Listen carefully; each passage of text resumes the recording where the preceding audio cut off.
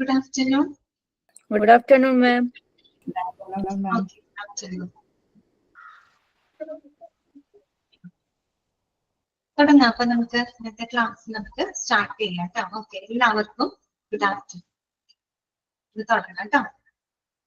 ഞാൻ all mute ചെയ്യാണ്.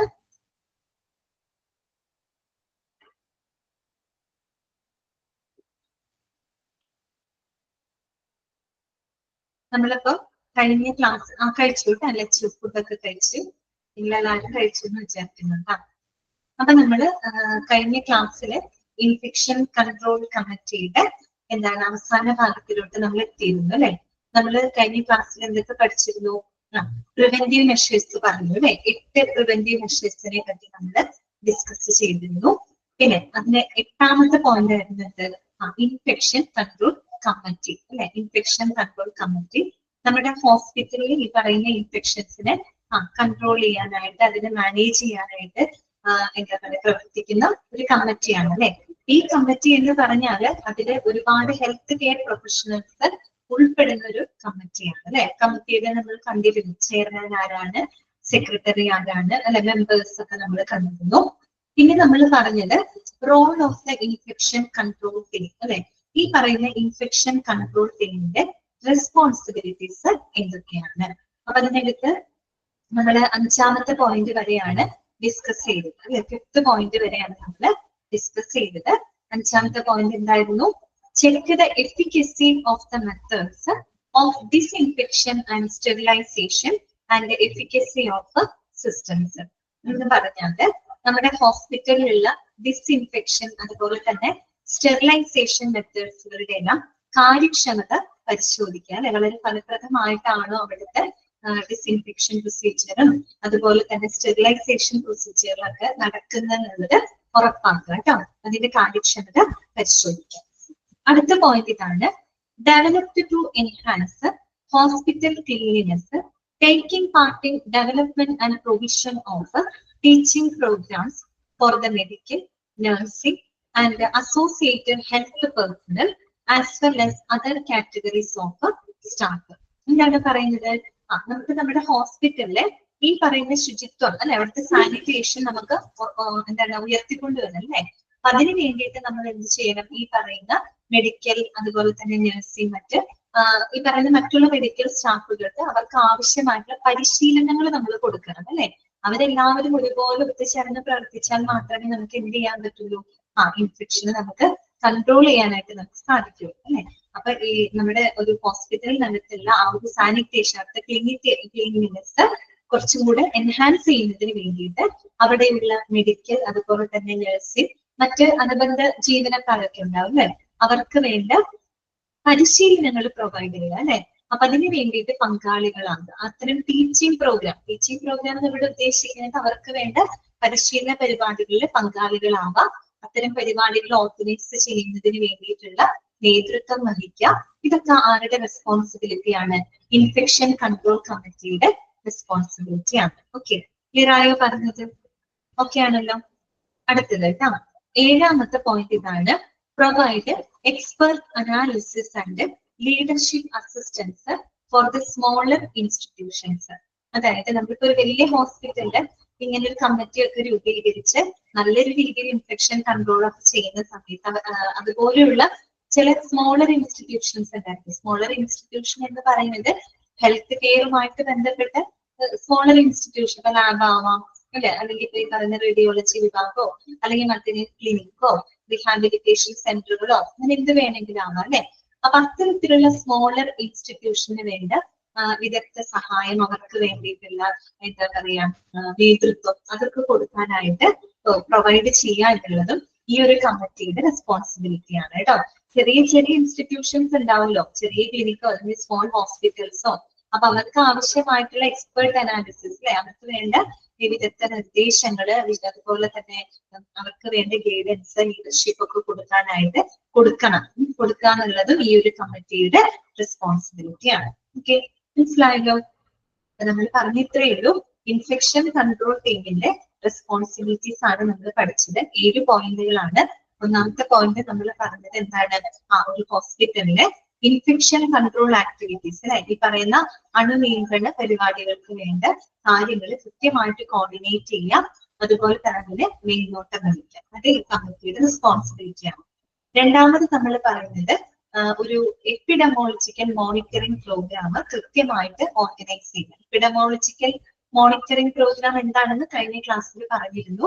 അതായത് ഈ പറയുന്ന പകർച്ചവ്യാധികൾ അല്ലെ ഒക്കെ വരുന്ന സമയത്ത് എന്തുണ്ടാവും, അത് നമ്മൾ കൃത്യമായിട്ട് അത്തരത്തിലുള്ള പകർച്ചവ്യാധികൾ, സാംക്രമിക രോഗങ്ങളെയൊക്കെ കൃത്യമായിട്ട് അനലൈസ് ചെയ്ത് മനസ്സിലാക്കിയിട്ട് അതിന് വേണ്ട പ്രിവെന്റീവ് മെഷേഴ്സ് ഒക്കെ എടുക്കുന്ന ഒരു സംവിധാനം. അതാണ് എപ്പിഡമോളജിക്കൽ മോണിറ്ററിംഗ് പ്രോഗ്രാം എന്ന് പറയുന്നത്. അപ്പൊ അത്തരം പ്രോഗ്രാമുകൾ കൃത്യമായിട്ട് ഓർഗനൈസ് ചെയ്യാന്നുള്ളതും ഈ ഒരു കമ്മിറ്റിയുടെ റെസ്പോൺസിബിലിറ്റി ആണ്. അതോടൊപ്പം തന്നെ ആന്റി ഇൻഫെക്ഷൻ ഡ്രഗുകൾ ഉപയോഗിക്കുന്നതിന് വേണ്ടിയിട്ട് അതിന്റെ ഉപയോഗത്തിന് നേതൃത്വം വഹിക്കാനായിട്ട് ഫാർമസിയുമായിട്ട് എന്ത് ചെയ്യാം, കോർഡിനേറ്റ് ചെയ്ത് പ്രവർത്തിക്കാം. നമ്മൾ പറഞ്ഞിരുന്നല്ലോ, സാനിറ്റേഷനോട് മാത്രം നമുക്ക് കൺട്രോൾ ചെയ്യാൻ പറ്റില്ല. ഇൻഫെക്ഷൻ കൺട്രോൾ ചെയ്യാൻ ചിലപ്പോൾ നമ്മൾ ആന്റി ഇൻഫെക്ഷൻ ഡ്രഗ്സുകളൊക്കെ കഴിക്കേണ്ടതായിട്ട് വരും. അപ്പൊ ഇത്തരം ഡ്രഗ്സുകൾ നമുക്ക് തരുന്നത് ഫാർമസിയാണ് അല്ലെ. ഒരു ഫാർമസിയുടെ ഒരു സഹായം, അവരുടെ ഒരു എന്താ പറയുക പങ്കാളിത്തം നമുക്ക് അവിടെ ആവശ്യമായിട്ട് വരും. അപ്പൊ അവരുമായിട്ട് കോർഡിനേറ്റ് ചെയ്ത് പ്രവർത്തിക്കാന്നുള്ളതും ഈ ഒരു കമ്മിറ്റിയുടെ പ്രധാനപ്പെട്ട റെസ്പോൺസിബിലിറ്റി ആണ്. പിന്നെ നമ്മൾ പറഞ്ഞത് ഓരോ പേഷ്യന്റിന്റെയും അവരുടെ റിസ്ക് ലെവലിന് അല്ലെങ്കിൽ അവരുടെ അപകട സാധ്യത നിലവാരത്തിനനുസരിച്ചുള്ള ട്രീറ്റ്മെന്റുകളാണ് അവർക്ക് പ്രൊവൈഡ് ചെയ്യുന്നത് എന്ന് ഉറപ്പാക്കേണ്ടതും ഈ ഒരു കമ്മിറ്റിയുടെ റെസ്പോൺസിബിലിറ്റി ആണ്. അതുപോലെ തന്നെ ഹോസ്പിറ്റലിലുള്ള സ്റ്റെറിലൈസേഷൻ, ഡിസ്ഇൻഫെക്ഷൻ പ്രൊസീജിയറുകളുടെ കാര്യക്ഷമത ഉറപ്പുവരുത്തുക, പരിശോധിക്കുക എന്നുള്ളത് കമ്മിറ്റിയുടെ റെസ്പോൺസിബിലിറ്റി ആണ്. പിന്നെന്താണ്, ഇൻഫെക്ഷൻ കൺട്രോൾ ചെയ്യുന്നതിനും ഹോസ്പിറ്റലിലെ ആ ഒരു ക്ലീൻലിനെസ് ഉയർത്തുന്നതിന് വേണ്ടിയിട്ട് അവിടെയുള്ള മെഡിക്കൽ നഴ്സിംഗ് മറ്റ് സ്റ്റാഫുകൾക്ക് ആവശ്യമായിട്ടുള്ള പരിശീലന പരിപാടികളിൽ പങ്കാളിത്തം വഹിക്കുക, അതിന് നേതൃത്വം വഹിക്കുക എന്നുള്ളത് കമ്മിറ്റിയുടെ റെസ്പോൺസിബിലിറ്റി ആണ്.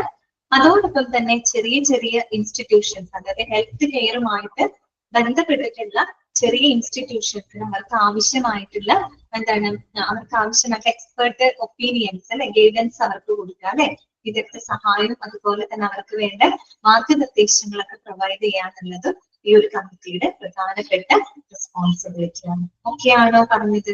ക്ലിയർ ആണോ? 7 പോയിന്റുകളാണ് അതിന് പഠിച്ചത് കേട്ടോ. ഓക്കെ ആണോ? മനസ്സിലായില്ലേ? അപ്പൊ ശരിക്കും പറഞ്ഞാല് ഇതോട് കൂടിയിട്ട് നമ്മുടെ ഈ ഒരു ചാപ്റ്റർ ഇവിടെ അവസാനിക്കുകയാണ് കേട്ടോ. അപ്പൊ നമ്മൾ ഈ ഒരു ചാപ്റ്ററിനകത്ത് നോസോകോമിയ ഹോസ്പിറ്റൽ അക്വയർഡ് ഇൻഫെക്ഷൻ എന്താണെന്ന് നമ്മൾ കണ്ടു അല്ലെ. അതിന് പറയുന്ന മറ്റൊരു പേരാണ് നോസോകോമിയൽ ഇൻഫെക്ഷൻ. ഓക്കെ, പിന്നെ അത് ഏതൊക്കെ സാഹചര്യങ്ങളിലാണത് പ്രകടമായിട്ട് വരുന്നത്, ആ സമയമൊക്കെ വളരെ ഇമ്പോർട്ടന്റ് ആണ് കേട്ടോ. പിന്നെ നമ്മൾ കണ്ടത് most common types of nosocomial infections, ഏതൊക്കെ തരത്തിലുള്ള നോസോകോമിയൽ ഇൻഫെക്ഷൻസ് ആണ് ഉള്ളത്. പിന്നെ നമ്മൾ കണ്ടത് അതിന്റെ സിംറ്റംസുകളാണ് അല്ലെ, ഇത്തരം രോഗങ്ങളുടെയൊക്കെ ലക്ഷണങ്ങൾ അല്ലെങ്കിൽ ഇങ്ങനെ ഒരു ഇൻഫെക്ഷന്റെ ലക്ഷണങ്ങൾ എന്തൊക്കെയാണ് അത് നമ്മൾ കണ്ടു. സോഴ്സസ് മനസ്സിലാക്കി, ഇൻഫെക്ഷൻ വരാൻ സാധ്യതയുള്ള സോഴ്സസ്. പിന്നെ ഇൻഫെക്ഷൻസിന് ഏറ്റവും റിസ്കി ആയിട്ടുള്ള സാഹചര്യങ്ങൾ ആളുകൾ ആരൊക്കെയാണ് അതൊക്കെ നമ്മൾ കണ്ടു. പിന്നെ ഏറ്റവും പ്രധാനപ്പെട്ടത് നമ്മൾ പഠിച്ചത് 5 മോഡ്സ് ഓഫ് ട്രാൻസ്മിഷൻ ആണ് കേട്ടോ. ഇത്തരം അണുക്കളുടെ വ്യാപനത്തെ പറ്റി 5 മോഡ് ഓഫ് ട്രാൻസ്മിഷൻ നമ്മൾ പഠിച്ചു. പിന്നെ നമ്മൾ കണ്ടത് പ്രിവെന്റീവ് മെഷേഴ്സ് ആണ് അല്ലെ, എങ്ങനെയൊക്കെ നമുക്ക് അതിന് തടയാം. 8 പോയിന്റ് ആണ് കേട്ടോ, 8 പോയിന്റ് ആണ് നമ്മൾ പഠിച്ചത്. പോയിന്റുകളൊക്കെ നോട്ട് ചെയ്ത് വെക്കാം കേട്ടോ. പിന്നെ നമ്മൾ കണ്ടത് ലാസ്റ്റത്തെ ഇൻഫെക്ഷൻ കൺട്രോൾ കമ്മിറ്റി, പ്രിവെന്റീവ് മെഷറിന്റെ 8ാമത്തെ പോയിന്റ് ആണ്. ആ ഒരു കമ്മിറ്റിയുടെ റെസ്പോൺസിബിലിറ്റീസ് വരെയാണ് നമുക്ക് ഇപ്പൊ പറഞ്ഞത് ചാപ്റ്ററിനായിരുന്നു കേട്ടോ. ഇനി നമുക്ക് ഒരു ഇതൊക്കെ തിയറി ആയിരുന്നു, ഇത് നമുക്ക് കുറച്ച് പ്രാക്ടിക്കൽ സൈഡാണ്, നമുക്ക് എല്ലാവർക്കും അറിയാവുന്നതും കാര്യങ്ങളാണ് കേട്ടോ. ഹാൻഡ് വാഷിംഗ് സ്റ്റെപ്സ് ആണ് അവിടെ കൊടുത്തേക്കുന്നത്. ജസ്റ്റ് നമുക്കൊന്നത് വായിക്കാം കേട്ടോ. ഹാൻഡ് വാഷിംഗ് സ്റ്റെപ്സ് നമുക്കറിയാം, നമ്മൾ പഠിച്ചതാണ്. ഹാൻഡ് വാഷിംഗ് എന്ന് പറയുന്നത് വൺ ഓഫ് ദ എന്താണ് മോസ്റ്റ് പ്രൈം പ്രിവെന്റീവ് മെഷർ ആണെന്ന് നമ്മൾ പഠിച്ചു അല്ലെ. നമുക്ക് വലിയ ചെലവൊന്നും ഇല്ലാതെ നമുക്ക് ഏറ്റവും നല്ല രീതിയിൽ തന്നെ നമുക്ക് പെട്ടെന്ന് ഇൻഫെക്ഷൻ കൺട്രോൾ ചെയ്യാനായിട്ട് ചെയ്യാൻ പറ്റുന്ന ഒരു പ്രിവെന്റീവ് മെഷറാണ് ഹാൻഡ് വാഷ് ചെയ്യാന്ന് പറഞ്ഞത് അല്ലെ. ഹാൻഡ് വാഷ് ചെയ്യാന്ന് വെച്ചാൽ സാധാരണ ഇതൊരു കൈകഴുകലല്ല അവർ ഉദ്ദേശിക്കുന്നത്. അതിന് ചില സിസ്റ്റമാറ്റിക് ആയിട്ടുള്ള ചില സ്റ്റെപ്സുകളുണ്ട്. അതിലൂടെ നമ്മൾ കൈകഴുകുകയാണെങ്കിൽ തീർച്ചയായിട്ടും നമുക്ക് ഇത്തരം നോസോകോമിയയിൽ മാത്രമല്ല കേട്ടോ, പലതരത്തിലുള്ള ഇൻഫെക്ഷൻസിനെ നമുക്ക് പ്രിവെന്റ് ചെയ്യാനായിട്ട് സാധിക്കും. പ്രത്യേകിച്ച് നമുക്കറിയാം കോവിഡ് സമയത്ത് അല്ലെ, കോവിഡ് സമയത്ത് കൈ കഴുകണം എന്നുള്ളത് ഒരു ഇതുപോലെ വന്നിരുന്നു അല്ലെ. അതിന്റെ ഈ ഹാൻഡ് വാഷിംഗ് സ്റ്റെപ്പുകളൊക്കെ കാർട്ടൂൺ രൂപത്തിലും മറ്റൊക്കെ നമ്മൾ ടി വിയിലൊക്കെ കണ്ടിരുന്നു. പിന്നെ അതിനുശേഷം നമ്മൾ ഈ സ്കൂൾ ശാസ്ത്രമേളയ്ക്കൊക്കെ പോകുന്ന സമയത്ത് ഹാൻഡ് വാഷിംഗ് സ്റ്റെപ്സ് എന്ന് പറഞ്ഞിട്ടൊരു പ്രത്യേക ടോപ്പിക് ആയിട്ട് തന്നെ അതെടുത്ത് അത് വരയ്ക്കുക, അത് ചാർട്ട് ചെയ്യുക, അങ്ങനത്തെ ഉള്ള കുറെ കാര്യങ്ങൾ ഉണ്ടായിരുന്നു. അത്രയേറെ ഇമ്പോർട്ടന്റ് ആയിട്ടുള്ള ഒരു കാര്യം. അത് തന്നെയാണ് നമുക്കുള്ള പഠിക്കുന്നത്. പ്രാക്ടിക്കൽ സൈഡാണ് കേട്ടോ. ഇത് നിങ്ങൾ മനസ്സിലാക്കാൻ മാത്രമല്ല നിങ്ങളത് ലൈഫിൽ ഇങ്ങനെ പ്രാക്ടീസ് ചെയ്യാനും ശ്രമിക്കുക കേട്ടോ. ഓക്കെ, ഇപ്പൊ ശരിക്കും വ്യത്യാസം വരും, നല്ല വ്യത്യാസം വരും. നമ്മളത് റുട്ടീൻ ഫോളോ ചെയ്യുകയാണെങ്കിൽ നമുക്ക് നന്നായിട്ട് അത് ആ ഒരു ഡിഫറൻസ് അറിയാനായിട്ട് പറ്റും കേട്ടോ. ആ ഒരു അസുഖങ്ങളൊക്കെ വരുന്നതിന്റെ ഫ്രീക്വൻസി നമുക്ക് കുറയ്ക്കാനായിട്ട് പറ്റും. ഓക്കെ, അപ്പൊ നമുക്ക് നോക്കാം ഹാൻഡ് വാഷിംഗ് സ്റ്റെപ്സ് കേട്ടോ. ഇവിടെ കുറച്ച് പോയിന്റുകൾ കൊടുത്തിട്ടുണ്ട്. അത് കൂടാതെ ഇവിടെ പിക്ചേഴ്സ് ആയിട്ട് കൊടുത്തിട്ടുണ്ട്. പക്ഷെ ഈ പിക്ചറിന്റെ ഓർഡർ കറക്റ്റ് ആണ് കേട്ടോ. ഈ പറഞ്ഞേക്കുന്ന ഓർഡറിൽ ഒന്നും അല്ല ഈ പിക്ചർ തന്നേക്കുന്നത്. അപ്പൊ അതുകൊണ്ട് നമുക്കൊരു കാര്യം ചെയ്യാം. ആദ്യം നമുക്കിത് വായിക്കാം. ഓക്കെ, ഇത് വായിക്കാം, ഇതും നമുക്ക് പറയാം. ഓക്കെ, ഇത് ശ്രദ്ധിക്കാം കേട്ടോ. ഫസ്റ്റത്തെ പോയിന്റ് ഇത്രയേ ഉള്ളൂ. Adequate amount of solution be take in your hands അല്ലെ. അതായത് നമ്മുടെ കൈകളിൽ നമുക്ക് സോപ്പ് സൊല്യൂഷൻ അല്ലെങ്കിൽ എന്താ ഹാൻഡ് വാഷ് ആണെങ്കിൽ ഹാൻഡ് വാഷ് അത് ആവശ്യത്തിനാണെങ്കിൽ നമ്മൾ എടുക്കുക. പിന്നെന്താണ് rub palm to palm with fingers interlocked. ഇതാണ് രണ്ടാമത്തെ പോയിന്റ് ആണ് പറയുന്നത്. Rub palm to palm with fingers interlocked. Okay, ഇത് ഏത് ചിത്രത്തിലാണ് വരുന്നതെന്ന് അറിയാമോ? ഈ പറഞ്ഞ പോയിന്റ് വരുന്ന ചിത്രം ഏതാണെന്ന് അറിയാമോ? നാലാമത്തെ ചിത്രമാണ് കേട്ടോ. നാലാമത്തെ ചിത്രത്തിലാണ് ഈ പോയിന്റ് വരുന്നത്. ഓക്കെ, ഫോർത്ത് പോയിന്റ് കേട്ടോ. ഇവിടെ പറഞ്ഞില്ലേ rub palm to palm with fingers interlocked. അത് ഏത് ചിത്രത്തിലാണ്? ഫോർത്ത് നമ്പർ കേട്ടോ. നാലാമത്തെ ചിത്രത്തിൽ നമ്മൾ ഇങ്ങനെ എന്താണ് ഇന്റർലോക്ക് ചെയ്യുക. ഇങ്ങനെ ചെയ്യുന്നതിനെയാണ് നമ്മൾ ഇന്റർലോക്ക് ചെയ്യാന്ന് പറയുന്നത്. ആവശ്യത്തിന് സോപ്പ് സൊല്യൂഷൻ എടുക്കാം. അത് കഴിഞ്ഞിട്ട് നമ്മൾ എന്ത് ചെയ്യാം? ഇങ്ങനെ പരസ്പരം ഫിംഗേഴ്സ് ഇന്റർലോക്ക് ചെയ്തിട്ട് നമ്മൾ വാഷ് ചെയ്യാം. ഓക്കെ, അതാണ് അത് ഫോർത്ത് ചിത്രത്തിലാണ് അത് തന്നിരിക്കുന്നത്. അടുത്തത് എന്താണ്? മൂന്നാമത്തെ point rub back of the fingers to opposing palms with interlaced. ഏത് പിക്ചറാണ് അതെന്നറിയാമോ നിങ്ങൾക്ക്? മൂന്നാമത് പറഞ്ഞ പോയിന്റ് ഏതാണെന്നറിയാമോ? അല്ല, അഞ്ചാമത്തെ കേട്ടോ. അഞ്ചാമത്തെ അല്ല. Rub back of the fingers to opposing palms with interlaced. അതെന്ന് പറയുന്നത് മൂന്നാമത്തെ ചിത്രമാണ് കേട്ടോ. ഇതാണെന്നറിയാമോ? മൂന്നാമത്തെ ചിത്രമാണ് കേട്ടോ. അഞ്ചാമത്തെ അല്ല, മൂന്നാമത്തെ ചിത്രമാണ് കേട്ടോ. മൂന്ന് കറക്റ്റ് തന്നെയാണ്. Rub back of the fingers to opposing palms with interlaced. നമുക്ക് ഇങ്ങനെ ചെയ്യില്ലേ? ഈ കയ്യിൽ ഇപ്പുറത്ത് ഇത് വെച്ച് ഇന്റർലേസ് ഇങ്ങനെ ചെയ്യാം കണ്ടോ. ഈ രീതിയിൽ വാഷ് ചെയ്യാം. അപ്പൊ ഏതാണ് ചിത്രം? മൂന്നാമത്തെയാണ് കേട്ടോ. പിക്ചർ മൂന്നാമത്തെയാണ്. ഓക്കെ, അടുത്തത് എന്താണ്? Rotational rubbing of right thumb gripped with left thumb and vice versa. ഏത് പിക്ചർ ആണെന്ന് മനസ്സിലായോ? അത് ആറാമത്തെയാണ് കേട്ടോ. ആറാമത്തെ ചിത്രമാണ് കേട്ടോ. മനസ്സിലായോ? ഓക്കെ, നാലാമത്തെ പോയിന്റ് ഇതാണ്. റൊട്ടേഷണൽ റബ്ബിംഗ് ഓഫ് റൈറ്റ് തം. നമ്മളിങ്ങനെ റബ്ബ് ചെയ്യില്ലേ ഈ രീതിയിൽ. ഓക്കെ, ഈ രീതിയിൽ റബ്ബ് ചെയ്യുക കേട്ടോ. അതാണ് അവിടെ ഉദ്ദേശിക്കുന്നത്.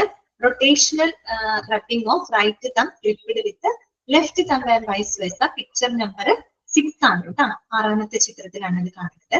അടുത്തത് എന്താണ്? Rotational rubbing backward and forward with clasped finger of right ഹാൻഡിൽ ലെഫ്റ്റ് പാം ആൻഡ് കോൺഫിഡൻസ്. ഇതാണ് അതല്ല 7th കേട്ടോ. നമ്മളിങ്ങനെ ഈ കൈ കൊണ്ട് ഇവിടെ മാറ്റാക്കാം, ഈ കൈ കൊണ്ട് ഇവിടെ. ഓക്കെ, ഇതാണ് ഉദ്ദേശിച്ചത്. അറിയാവുന്നത്. പിന്നെന്താണ്? റബ്ബ് ബോത്ത് റിസ്റ്റ് റൊട്ടേഷണലി. ഇതാണ് റബ്ബ് ബോത്ത് റിസ്റ്റ് റൊട്ടേഷണൽ. അതിന്റെ പിക്ചർ ഇവിടെ കൊടുത്തിട്ടില്ല കേട്ടോ. റിസ്റ്റ് ഏതാ? നമ്മുടെ റിസ്റ്റ് വാച്ച് എന്നൊക്കെ നമ്മൾ പറയും ഇവിടെ അല്ലെ. ഇവിടെ ഇങ്ങനെ വാഷ് ചെയ്യാം. കൈയുടെ വിരലും ഇത് മാത്രം പോരാ, നമ്മുടെ റിസ്റ്റിന്റെ ഭാഗങ്ങളും കൂടെ നമ്മൾ എന്ത് ചെയ്യണം? വാഷ് ചെയ്യണം. ഓക്കെ, റബ്ബ് ബോത്ത് റിസ്റ്റ് റൊട്ടേഷണലി. പിന്നെന്താണ്? Rub nails by using a soft brush. അതിന്റെ ചിത്രം ഇവിടെ കൊടുത്തിട്ടില്ല കേട്ടോ. നമ്മുടെ കയ്യിൽ നഖങ്ങളിലുണ്ടെങ്കിൽ തീർച്ചയായിട്ടും അതിനകത്ത് അടക്ക് കയറിയിരിക്കാനുള്ള സാധ്യതയുണ്ട് അല്ലെ. അപ്പൊ കുഞ്ഞു എന്തെങ്കിലും ബ്രഷ് ഒക്കെ ഉപയോഗിച്ചിട്ട് പതുക്കെ നെയിൽസ് ഒക്കെ നമ്മൾ എന്ത് ചെയ്യാം? റബ്ബ് ചെയ്ത് കൊടുക്കാം. ഓക്കെ, പിന്നെന്താണ്?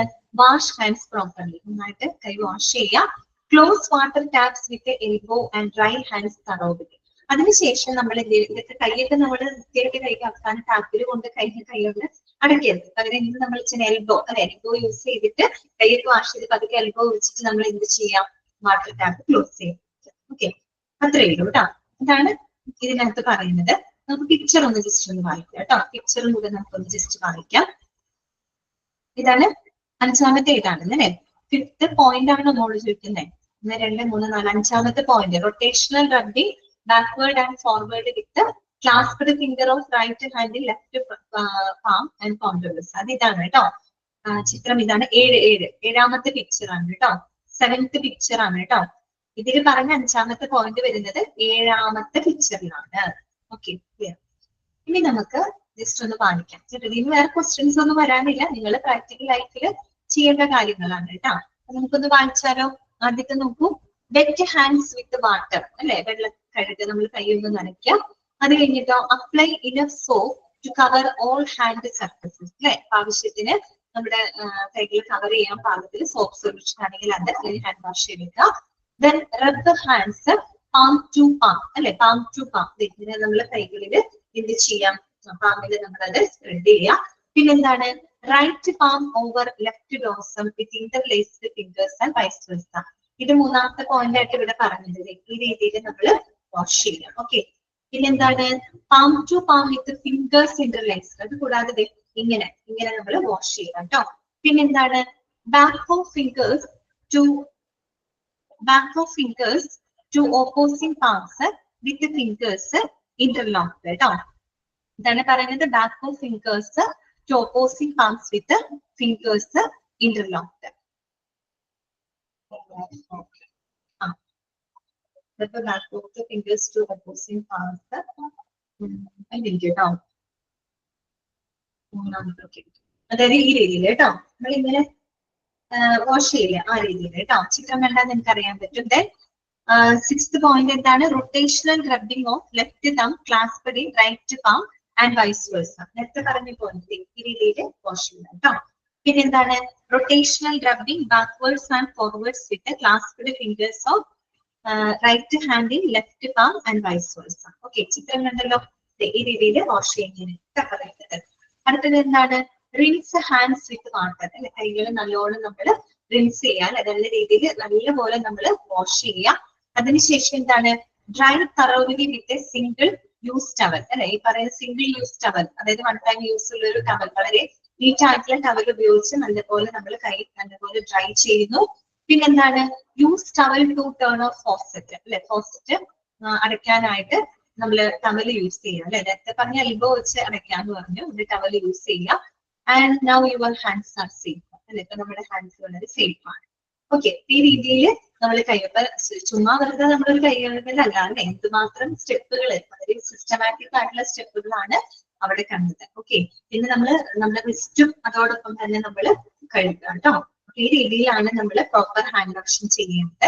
ഇങ്ങനെ ചെയ്യുകയാണെങ്കിൽ നമുക്ക് ഒരു പരിധി വരെ എന്ത് ചെയ്യാൻ പറ്റും? ഇൻഫെക്ഷനെ കൺട്രോൾ ചെയ്യാനായിട്ട് സാധിക്കും. ഓക്കെ, ക്ലിയർ ആയ ഒരു ചാപ്റ്റർ? ഓക്കെ ആണോ? ഇതോടുകൂടി ഈ ചാപ്റ്റർ ഇവിടെ അവസാനിക്കുകയാണ് കേട്ടോ. ഓക്കെ, കുഴപ്പമില്ല, സിമ്പിൾ ആയിട്ടുള്ള ഒരു ചാപ്റ്റർ ആണ്. അങ്ങനെയാണെങ്കിൽ നമുക്ക് നെക്സ്റ്റ് ചാപ്റ്റർ തുടങ്ങാം. നെക്സ്റ്റ് ചാപ്റ്റർ എടുത്ത് ഞാൻ പറഞ്ഞിരുന്നു, ഈ പ്രിന്റ് എടുത്ത് വെച്ചിട്ടില്ലേ? മെഡിക്കൽ ടെർമിനോളജി കേട്ടോ. നമ്മൾ അടുത്ത് തുടങ്ങാൻ പോകുന്ന ചാപ്റ്റർ മെഡിക്കൽ ടെർമിനോളജിയാണ്. ഓക്കെ, അപ്പൊ പേനയൊക്കെ ഇല്ലെങ്കിൽ എടുത്ത് കയ്യിൽ പിടിക്കാം കേട്ടോ.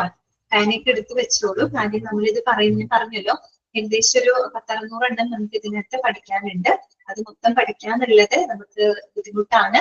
അപ്പൊ പരീക്ഷയ്ക്ക് ചോദിക്കുന്ന ഭാഗങ്ങൾ മാത്രം ഞാൻ പറയാം. അത് നിങ്ങൾ ടിക്ക് ചെയ്ത് വെക്കാം കേട്ടോ. ഓക്കെ, തുടങ്ങാം നമുക്ക്. എടുത്തു അല്ലെ? ഓക്കെ, ചാപ്റ്റർ നമ്പർ 15 ആണ് കേട്ടോ, മെഡിക്കൽ ടെർമിനോളജി. നമുക്കിതില് ആദ്യം തന്നെ നമ്മൾ മെഡിക്കൽ ടെർമിനോളജി പഠിക്കുന്നതിന് മുമ്പ് കുറച്ച് കാര്യങ്ങൾ നമ്മൾ മനസ്സിലാക്കി വെക്കണം. ഓക്കെ, അത് മനസ്സിലാക്കുന്നത് വേറെ ഒന്നിനും വേണ്ട. അത് മനസ്സിലാക്കി കഴിഞ്ഞാൽ നമുക്ക് പഠിക്കാൻ കുറച്ച് എളുപ്പമുണ്ടായിരിക്കും കേട്ടോ.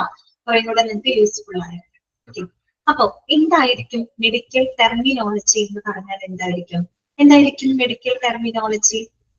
മെഡിക്കൽ ടെർമിനോളജി എന്ന് പറഞ്ഞാൽ it is the language of the medicine ആണ് കേട്ടോ. എന്താണ്? It is the language of medicine. മെഡിസിന്റെ ഭാഷയാണ് എന്തെന്ന് പറയുന്നത്? Medical terminology. ഓക്കെ, ഈ ഒരു ലാംഗ്വേജ് എവിടെ നിന്നാണ് ഒറിജിനേറ്റ് ചെയ്ത് വന്നത്? ഗ്രീക്ക് അതുപോലെ തന്നെ ലാറ്റിൻ ഭാഷയിൽ നിന്നാണ് ഈ പറയുന്ന ലാംഗ്വേജ് ഒറിജിനേറ്റ് ചെയ്ത് വന്നിരിക്കുന്നത്. ഇത് നമുക്ക് വേണമെങ്കിൽ എങ്ങനെ പറയാം? ഒരു യൂണിവേഴ്സൽ ലാംഗ്വേജ്, ശരിക്കും യൂണിവേഴ്സൽ ലാംഗ്വേജ് അല്ലെങ്കിൽ ഒരു ഇന്റർനാഷണൽ ലാംഗ്വേജ് ആയിട്ടൊക്കെ നമുക്ക് കൺസിഡർ ചെയ്യാം. കാര്യം എന്താന്ന് വെച്ചാല് ഈ പറയുന്ന ഹെൽത്ത് പ്രൊഫഷണലുകൾക്കിടയിൽ അവർക്ക് പരസ്പരം നല്ല രീതിയിൽ കമ്മ്യൂണിക്കേറ്റ് ചെയ്യാനായിട്ട് ഉപയോഗിക്കുന്ന ഒരു ലാംഗ്വേജ് ആണ് ഈ പറയുന്ന മെഡിക്കൽ ടെർമിനോളജി. അവിടെ ഡോക്ടർ ഒരു രോഗിയുമായിട്ട് കമ്മ്യൂണിക്കേറ്റ് ചെയ്യുമ്പോഴല്ല അത് ഉപയോഗിക്കുന്നത്. കൂടുതലും ഡോക്ടർ അവരുടെ ഇടയിൽ ഹെൽത്ത് കെയർ പ്രൊഫഷണൽസിന്റെ ഇടയിൽ ഡോക്ടർമാർ, നഴ്സുമാർ അല്ലെങ്കിൽ മറ്റുള്ള സ്റ്റാഫുകൾ അല്ലെ, ഹോസ്പിറ്റലുമായിട്ട് ബന്ധപ്പെട്ട പ്രൊഫഷണൽസുകളുണ്ട്. അവർക്ക് പരസ്പരം കമ്മ്യൂണിക്കേറ്റ് ചെയ്യാൻ, അത് വളരെ ഇഫക്റ്റീവ് ആയിട്ടുള്ള രീതിയിൽ കമ്മ്യൂണിക്കേറ്റ് ചെയ്യാനായിട്ട് ഉപയോഗിക്കുന്ന ഒരു ലാംഗ്വേജ് ആണ് മെഡിക്കൽ ടെർമിനോളജി എന്ന് പറയുന്നത്. ഓക്കെ, പിന്നെ കുറച്ചും കൂടെ വ്യക്തമായിട്ട് പറയുകയാണെങ്കിൽ എന്ത് പറയാ, നമുക്ക് മെഡിക്കൽ ടെർമിനോളജി എന്ന് പറഞ്ഞ് നമ്മുടെ ശരീരത്തിന്റെ, നമ്മുടെ എന്താ പറയാ, ഹ്യൂമൻ ബോഡിയിൽ ചില പാർട്സ് അല്ലെ, ഭാഗങ്ങളുണ്ട്, അതുപോലെ തന്നെ അനാറ്റമിക്കൽ സ്ട്രക്ചേഴ്സ് ഉണ്ട്, പിന്നെ നമ്മുടെ ശരീരത്തിനകത്ത് നടക്കുന്ന ഈ പറയുന്ന ചില പ്രോസസ്സ് ഉണ്ടല്ലോ, ഒരുപാട് മെറ്റാബോളിക് ആക്ടിവിറ്റീസുകൾ നമ്മുടെ ശരീരത്തിനകത്ത് നടക്കുന്നുണ്ട് അല്ലെ. അതുപോലെ തന്നെ അങ്ങനെ ഒരുപാട് പ്രോസസ്സ് ഉണ്ട്. പിന്നെ പ്രൊസീജിയറുകൾ അല്ലെ, നമ്മുടെ ശരീരത്തിൽ ചെയ്യുന്ന ചില നടപടിക്രമങ്ങള്, അതുപോലെ തന്നെ രോഗങ്ങള് അല്ലെ, അസുഖങ്ങള്, പിന്നെ ഈ പറയുന്ന ഇതിനുവേണ്ടി ചെയ്യുന്ന ചികിത്സകള്, രോഗലക്ഷണങ്ങള്, ഇങ്ങനെയുള്ള കാര്യങ്ങളെയൊക്കെ എന്താണ് ഡിസ്ക്രൈബ് ചെയ്യാനായിട്ട് നമ്മൾ ഉപയോഗിക്കുന്ന certain kinds of words and terms, അതിനെയാണ് നമ്മൾ മെഡിക്കൽ ടേംസ് അല്ലെങ്കിൽ മെഡിക്കൽ ടെർമിനോളജി എന്ന് പറയുന്നത്. മനസ്സിലായോ? നമ്മുടെ ശരീരത്തിന്റെ ഭാഗങ്ങളാവാം, അല്ലെങ്കിൽ നമ്മുടെ ശരീരത്തിൽ നടക്കുന്ന പ്രക്രിയകളായിരിക്കാം, മറ്റെന്തെങ്കിലും ശരീരത്തിലോട്ട് ചെയ്യുന്ന വരുന്ന രോഗങ്ങള്, രോഗലക്ഷണങ്ങള്, അതിനായിട്ട് കൊടുക്കുന്ന ട്രീറ്റ്മെന്റുകള്, ഇങ്ങനെയുള്ള കാര്യങ്ങളെയൊക്കെ ഡിസ്ക്രൈബ് ചെയ്യാനായിട്ട് നമ്മൾ ഉപയോഗിക്കുന്ന ഒരു കൈൻഡ്സ് ഓഫ് വേർഡ്സ് ആൻഡ് ടേംസിനെയാണ് മെഡിക്കൽ ടെർമിനോളജി എന്നതുകൊണ്ട് ഉദ്ദേശിക്കുന്നത്. ഓക്കെ, ക്ലിയർ ആയോ പറഞ്ഞത്? അപ്പോ ഈ മെഡിക്കൽ ടെർമിനോളജിയെ പറ്റി പഠിക്കുമ്പോൾ പ്രധാനമായിട്ടും അതിനകത്ത് 4 കമ്പോണന്റുകളാണ് വരുന്നത്. എത്രയാണ്? 4 കമ്പോണൻസുകളാണ് പ്രധാനമായിട്ടും വരുന്നത്. ഏതൊക്കെയാണ് 4 കമ്പോണന്റ്? ആ 4 കമ്പോണന്റ് എന്താണെന്ന് മനസ്സിലാക്കി വെച്ചിട്ട് വേണം നമ്മൾ ഈ ചാപ്റ്റർ പഠിക്കാനായിട്ട്. ഓക്കെ, അപ്പോ ഏതൊക്കെയാണ് ആ 4 കമ്പോണന്റ്? ഒന്നാമത്തത് പ്രിഫിക്സ്. ഒന്നാമത്തെ എന്താണ്? പ്രിഫിക്സ്. രണ്ടാമത്തത് സഫിക്സ്. ഓക്കെ, സഫിക്സ് ആണ്. മൂന്നാമത്തത് കോമൺ റൂട്ട് വേർഡ്. നമുക്ക് റൂട്ട് വേർഡ് അല്ലെങ്കിൽ വേർഡ് റൂട്ട് എന്നൊക്കെ നമുക്ക് പറയാം കേട്ടോ. റൂട്ട് വേർഡ് അഥവാ വേർഡ് റൂട്ട് എന്ന് നമുക്ക് പറയാം. പിന്നെ ഒരാളും കൂടെ ഉണ്ട്, പക്ഷെ അതവിടെ പ്രത്യേകം കൊടുത്തിട്ടില്ല. പക്ഷെ നിങ്ങൾ അത് മനസ്സിലാക്കി വെച്ചു, കാരണം നമുക്ക് പഠിക്കുമ്പോൾ അത് യൂസ്ഫുൾ ആയിരിക്കും കേട്ടോ. Combining A vowel. എന്താണ് പറയാ? Combining A vowel. വവൽ അറിയാലോ നിങ്ങൾക്ക്. വവൽ ലെറ്റേഴ്സ് ഏതൊക്കെയാണ്? നമ്മുടെ ഇംഗ്ലീഷിനകത്ത് വവൽ ലെറ്റേഴ്സ് ഏതൊക്കെയാണ്? A E I O U അല്ലെ, അതല്ലേ വവൽ ലെറ്റേഴ്സ്. അപ്പൊ നമ്മൾ എന്ത് ചെയ്യും? ഈ റൂട്ട് വേർഡിന്റെ കൂടെ ഈ പറയുന്ന വവൽ ലെറ്റേഴ്സ് ഏതെങ്കിലും നമ്മൾ കമ്പൈനും ചെയ്യും. ഓക്കെ, അതിനോട് കൂടി കൂട്ടിച്ചേർക്കും. മനസ്സിലായോ പറഞ്ഞത്? അപ്പൊ മെഡിക്കൽ ടെർമിനോളജിക്ക് പ്രധാനമായിട്ടും 4 കമ്പോണൻസുകളാണ് ഉള്ളത്. ഒന്ന് പ്രിഫിക്സ്, രണ്ടാമത്തത് സഫിക്സ്, പിന്നെ മൂന്നാമത്തത് കോമൺ റൂട്ട് വേർഡ്, നാലാമത്തെ കമ്പോണന്റ് ആയിട്ട് അവിടെ കൊടുത്തിട്ടില്ല, പക്ഷെ അവിടെ പറഞ്ഞു പോകുന്നുണ്ട് കേട്ടോ, കമ്പൈനിങ് എ വവൽ. ഇനി ഇതിൽ നിന്നൊക്കെ മാറിയിട്ട് വേറൊരാളും കൂടെ ഉണ്ട്, അതാണ് അബ്രീവിയേഷൻസ് കേട്ടോ. ഇതാണ് അബ്രീവിയേഷൻസ് കേട്ടോ, ചുരുക്കെഴുത്തുകൾ. ഓക്കെ, അപ്പൊ ഇത്രയും അടങ്ങുന്നതാണ് എന്ത്? നമ്മുടെ മെഡിക്കൽ ടെർമിനോളജി. ഓക്കെ, അപ്പൊ അതിനകത്ത് ആദ്യത്തെ ആളെ നമുക്ക് നോക്കാം, പ്രിഫിക്സ്. ആരാണ് പ്രിഫിക്സ്? പ്രിഫിക്സ് എന്ന് പറഞ്ഞു കഴിഞ്ഞാൽ it is the beginning part of the medical term ആണ് കേട്ടോ. എന്താണ് പ്രിഫിക്സ് എന്ന് പറയുമ്പോൾ? It is the beginning part of the medical term. അപ്പൊ നിങ്ങളോട് വേണമെങ്കിൽ ചോദിക്കാം, okay, the beginning part of the medical term is known as, എന്താണ് അറിയപ്പെടുന്നത്? പ്രിഫിക്സ് അല്ലെ, പ്രിഫിക്സ് എന്നാണ് നമ്മൾ പറയുക. Okay, beginning part of the medical term ആണ് അല്ലെ. അപ്പൊ അതെന്ന് പറയുമ്പോൾ നമ്മൾക്ക് അറിയാം, ഒരു എക്സാമ്പിൾ പറയുമ്പോൾ നമ്മള് പ്രീ ഡിഗ്രി അല്ലെ, പ്രീ ഡിഗ്രി എന്ന് പറയുമ്പോൾ നമ്മൾ ഡിഗ്രിക്ക് മുമ്പ് ചെയ്യുന്ന സംഭവം അല്ലെ. അപ്പൊ ഡിഗ്രിക്ക് മുമ്പ് ചെയ്യുന്നുണ്ട്. പ്രീ എന്ന് പറയുമ്പോൾ തന്നെ എന്താണ്? മുൻപ് ചെയ്യുന്ന കാര്യമാണ് അല്ലെ. അപ്പൊ എന്നതുപോലെ ഒരു പൊതുവെ നമ്മള് പ്രിഫിക്സ് എന്ന് പറഞ്ഞിട്ട് beginning part of the medical term ആണ്. ഇനി നമ്മൾ പഠിക്കുന്ന സമയത്ത് സാധാരണ നമ്മൾ വായിക്കുമ്പോഴും എഴുതുമ്പോഴും ഒന്നും അങ്ങനെ പറയില്ല, പക്ഷെ പഠിക്കാനുള്ള എളുപ്പത്തിന് ഇവിടെ എങ്ങനെയാണ്? പ്രിഫിക്സ് നമ്മൾ എഴുതുമ്പോൾ ആദ്യം നമ്മൾ പ്രിഫിക്സ് എഴുതിയിട്ട് പിന്നെ ഒരു ചെറിയൊരു ഹൈഫൺ ഇടുന്നുണ്ട്. വരുമ്പോൾ നിങ്ങൾക്ക് കാണാൻ പറ്റും, കണ്ടോ? പ്രിഫിക്സ് സൂചിപ്പിക്കുമ്പോൾ നോക്കി, നമ്മൾ ആദ്യം എഴുതിയിട്ട് ഒരു ഹൈഫൺ ഇടുന്നത് കണ്ടോ? ഇത് സാധാരണ നമ്മൾ പറയുമ്പോഴോ എഴുതുമ്പോഴോ ഒന്നും അങ്ങനെ ചെയ്യില്ല കേട്ടോ. ഇതിപ്പോ നിങ്ങൾക്ക് സെപ്പറേറ്റ് ചെയ്ത് ഓരോ കമ്പോണന്റ് ആയിട്ട് തന്നെ നിങ്ങൾ പഠിക്കുന്നുണ്ട്. പ്രിഫിക്സുകൾ കുറച്ച് പഠിക്കാനുണ്ട്, സഫിക്സ് കുറച്ച് പഠിക്കാനുണ്ട്, റൂട്ട് വേർഡ് പഠിക്കാനുണ്ട്. അങ്ങനെ തന്നെ സെപ്പറേറ്റ് ആയിട്ട് തന്നെ കമ്പോണൻസ് ആയിട്ട് തന്നെ നിങ്ങൾ പഠിക്കുന്നുണ്ട്. സോ നിങ്ങൾക്ക് പ്രിഫിക്സ് നോക്കുമ്പോൾ കാണാൻ പറ്റും, ആദ്യം നമ്മൾ പ്രിഫിക്സ് എഴുതിയിട്ട് ചെറിയൊരു ഹൈഫൺ നമ്മൾ എഴുതും. എന്താ ഉദ്ദേശിക്കുന്നതെന്ന് വെച്ചാൽ നമ്മൾ പറഞ്ഞു പ്രിഫിക്സ് എന്ന് പറയുന്നത് it is the beginning part of the medical term ആണ്. ആദ്യം പ്രിഫിക്സ് കഴിഞ്ഞിട്ട് അയാളെ തുടർന്ന് കുറെ ആൾക്കാർ ഇനി വരാനുണ്ട് ആ മെഡിക്കൽ ടേമിനകത്ത്. അപ്പൊ അയാൾക്ക് ശേഷം അയാൾ ഫോളോ ചെയ്തുകൊണ്ട് മറ്റു പലരും ഇനി വരാനുണ്ട് എന്ന് സൂചിപ്പിക്കാനായിട്ടാണ് ആ കുഞ്ഞു ഹൈഫൺ അവിടെ ഇട്ടേക്കുന്നത് കേട്ടോ. മനസ്സിലായല്ലോ? ഇയാൾ ആദ്യത്തെ ആളാണ്, ബിഗിനിങ് പാർട്ടാണ്. അപ്പൊ ഇയാളെ തുടർന്ന് ഇനി കുറച്ച് ആളുകളും കൂടെ മെഡിക്കൽ ടേമിനകത്ത് വരാനുണ്ട്. ആ ഒരു സൂചിപ്പിക്കുന്നതിന് വേണ്ടിയിട്ടാണ് നമ്മൾ പ്രിഫിക്സ് കഴിഞ്ഞിട്ട് ഒരു കുഞ്ഞ് ഹൈഫൺ അവിടെ ഇടുന്നത്. പക്ഷെ നമ്മൾ സാധാരണ എഴുതുമ്പോഴും വായിക്കുമ്പോഴൊന്നും പറയില്ല കേട്ടോ, മനസ്സിലാക്കാൻ. അത് കാണുമ്പോൾ നമുക്കറിയാം അത് പ്രിഫിക്സ് ആണോ സഫിക്സ് ആണോ എന്നുള്ളത് നമുക്ക് മനസ്സിലാക്കാനായിട്ട് സാധിക്കും. ഓക്കെ, അപ്പൊ അത്രയാണ്, അതാണ് പ്രിഫിക്സ്. ക്ലിയർ ആണല്ലോ പ്രിഫിക്സ്? ചോദ്യം ഇങ്ങനെയായിരിക്കും വരാം, the beginning part of the medical term എന്താണ്? അതിന് പ്രിഫിക്സ് എന്നാണ് നമ്മൾ പറയുക കേട്ടോ. എക്സാമ്പിൾ പറയുകയാണെങ്കിൽ നമുക്ക് 3 ഡിഗ്രി എക്സാമ്പിൾ പറയാം. ഒരു പോസ്റ്റ് ഗ്രാജുവേഷൻ. പോസ്റ്റ് ഗ്രാജുവേഷൻ എന്താണ്? ഗ്രാജുവേഷന് ശേഷം. പോസ്റ്റ് എന്ന് പറയുന്നത് അവിടെ പ്രിഫിക്സ് ആയിട്ട് നമ്മൾ യൂസ് ചെയ്തതാണ് അല്ലെ. പോസ്റ്റ് ഗ്രാജുവേഷൻ, ഗ്രാജുവേഷന് മുമ്പ് ശേഷമാണ് അല്ലെ. അതുകൊണ്ടാണ് പോസ്റ്റ് എന്നുള്ളത് അവിടുത്തെ പ്രിഫിക്സ് ആയിട്ടാണ് നമ്മളിവിടെ ഉപയോഗിച്ചിരിക്കുന്നത്. ഓക്കെ, മനസ്സിലായല്ലോ പ്രിഫിക്സ് എന്താണ്? അടുത്ത ആളാണ് സഫിക്സ്. അടുത്ത ആളാണ് സഫിക്സ്. സഫിക്സ് എന്തായിരിക്കും? ഇതിന് നേരെ വിപരീതമായിട്ടുള്ളതാണ് അല്ലെ. എന്ന് വെച്ച് കഴിഞ്ഞാല് ending part of the medical term ആണ് അല്ലെ, അല്ലെങ്കിൽ ending part of the medical ടേമിനെയാണ് നമ്മൾ സഫിക്സ് എന്ന് പറയുന്നത് കേട്ടോ. അവസാന ഭാഗമാണ് അല്ലെ മെഡിക്കൽ ടേം. അതെങ്ങനെയായിരിക്കും അപ്പൊ നമ്മൾ സൂചിപ്പിക്കാം? സാധാരണ ആദ്യം ഒരു ഹൈഫൺ ഇട്ടിട്ട് ഹൈഫണിൽ തുടർന്നിട്ടാണ് നമ്മൾ എന്ത് ചെയ്യുക? സഫിക്സിൽ എഴുതുന്നത്. നമുക്ക് ചിത്രം കാണുമ്പോൾ രസപ്രദ സഫിക്സ് വരുമ്പോ നമുക്കത് മനസ്സിലാവും. കണ്ട അവിടെ ആദ്യമാണ് ഹൈഫൺ വരുന്നത് അല്ലെ, ആദ്യമാണ് ഹൈഫൺ വരുന്നത്. അതിന്റെ അർത്ഥം എന്താണ്? ഈ സഫിക്സ് എന്ന് പറയുന്നത് ending part of the medical term ആണ് അല്ലെ, മെഡിക്കൽ ടേമിന്റെ അവസാന ഭാഗമാണ്. അപ്പൊ ഈ ഉപ്പിന് കൊടുത്തിരിക്കുന്ന ഹൈഫൺ എന്തിനാ സൂചിപ്പിക്കുന്നത്? അതിന് മുമ്പായിട്ട് കുറെ മെഡിക്കൽ ടേംസുകൾ കഴിഞ്ഞിട്ടാണ് ലാസ്റ്റ് ആളായിട്ടുള്ള ഇയാള് വരുന്നത് അല്ലെ, സഫിക്സ് വരുന്നത്. അതുകൊണ്ടാണ് മുമ്പിൽ ഹൈഫൺ കേട്ടോ. ഇത് കാണുന്നത് നിങ്ങൾക്ക് മനസ്സിലാവും ഇത് പ്രിഫിക്സ് ആണോ അതുപോലെ തന്നെ സഫിക്സ് ആണോ എന്നുള്ളത് അതിൽ നിന്ന് നമുക്ക് മനസ്സിലാക്കാനായിട്ട് പറ്റും കേട്ടോ. പിന്നെ സഫിക്സിന് എക്സാമ്പിൾ ഇതിനെ തന്നെ പറയുന്നതാണ്. ഒരു എക്സാമ്പിൾ നമുക്ക് പറയുന്നത് ഐറ്റിസ്. ഐറ്റിസ് നിങ്ങൾ കേട്ടിട്ടുണ്ടാവും. ഹെപ്പറ്റൈറ്റിസ് അല്ലെ, ഹെപ്പറ്റൈറ്റിസ്. എന്താണ് ഐറ്റിസ് എന്ന് പറയുന്നതിന്റെ അർത്ഥം എന്താണെന്ന് അറിയാമോ? ഐറ്റിസ് എന്ന് പറഞ്ഞാല് ഇൻഫ്ലമേഷൻ എന്നാണ്. അതെന്താ ഇൻഫ്ലമേഷൻ ആണ്, വീക്കം അഥവാ നീർക്കെട്ട്. അപ്പൊ നോക്കിയേ, ഹെപ്പറ്റൈറ്റിസ് എന്ന് പറയുന്നത് എന്താണ്? It is the inflammation of the liver ആണ് അല്ലെ, ഇൻഫ്ലമേഷൻ ഓഫ് ദ ലിവർ ആണ്. ലിവറിന് വരുന്ന നീർക്കെട്ട് അല്ലെങ്കിൽ വീക്കം, അതിനെയാണ് നമ്മൾ എന്ത് പറയുന്നത്? ഹെപ്പറ്റൈറ്റിസ്.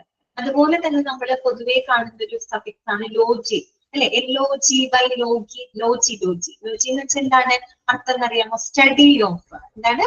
സ്റ്റഡി ഓഫ് എന്നാണ്. നമ്മൾ ഇഷ്ടം പോലെ ലോജികൾ പഠിക്കുന്നുണ്ട് അല്ലെ.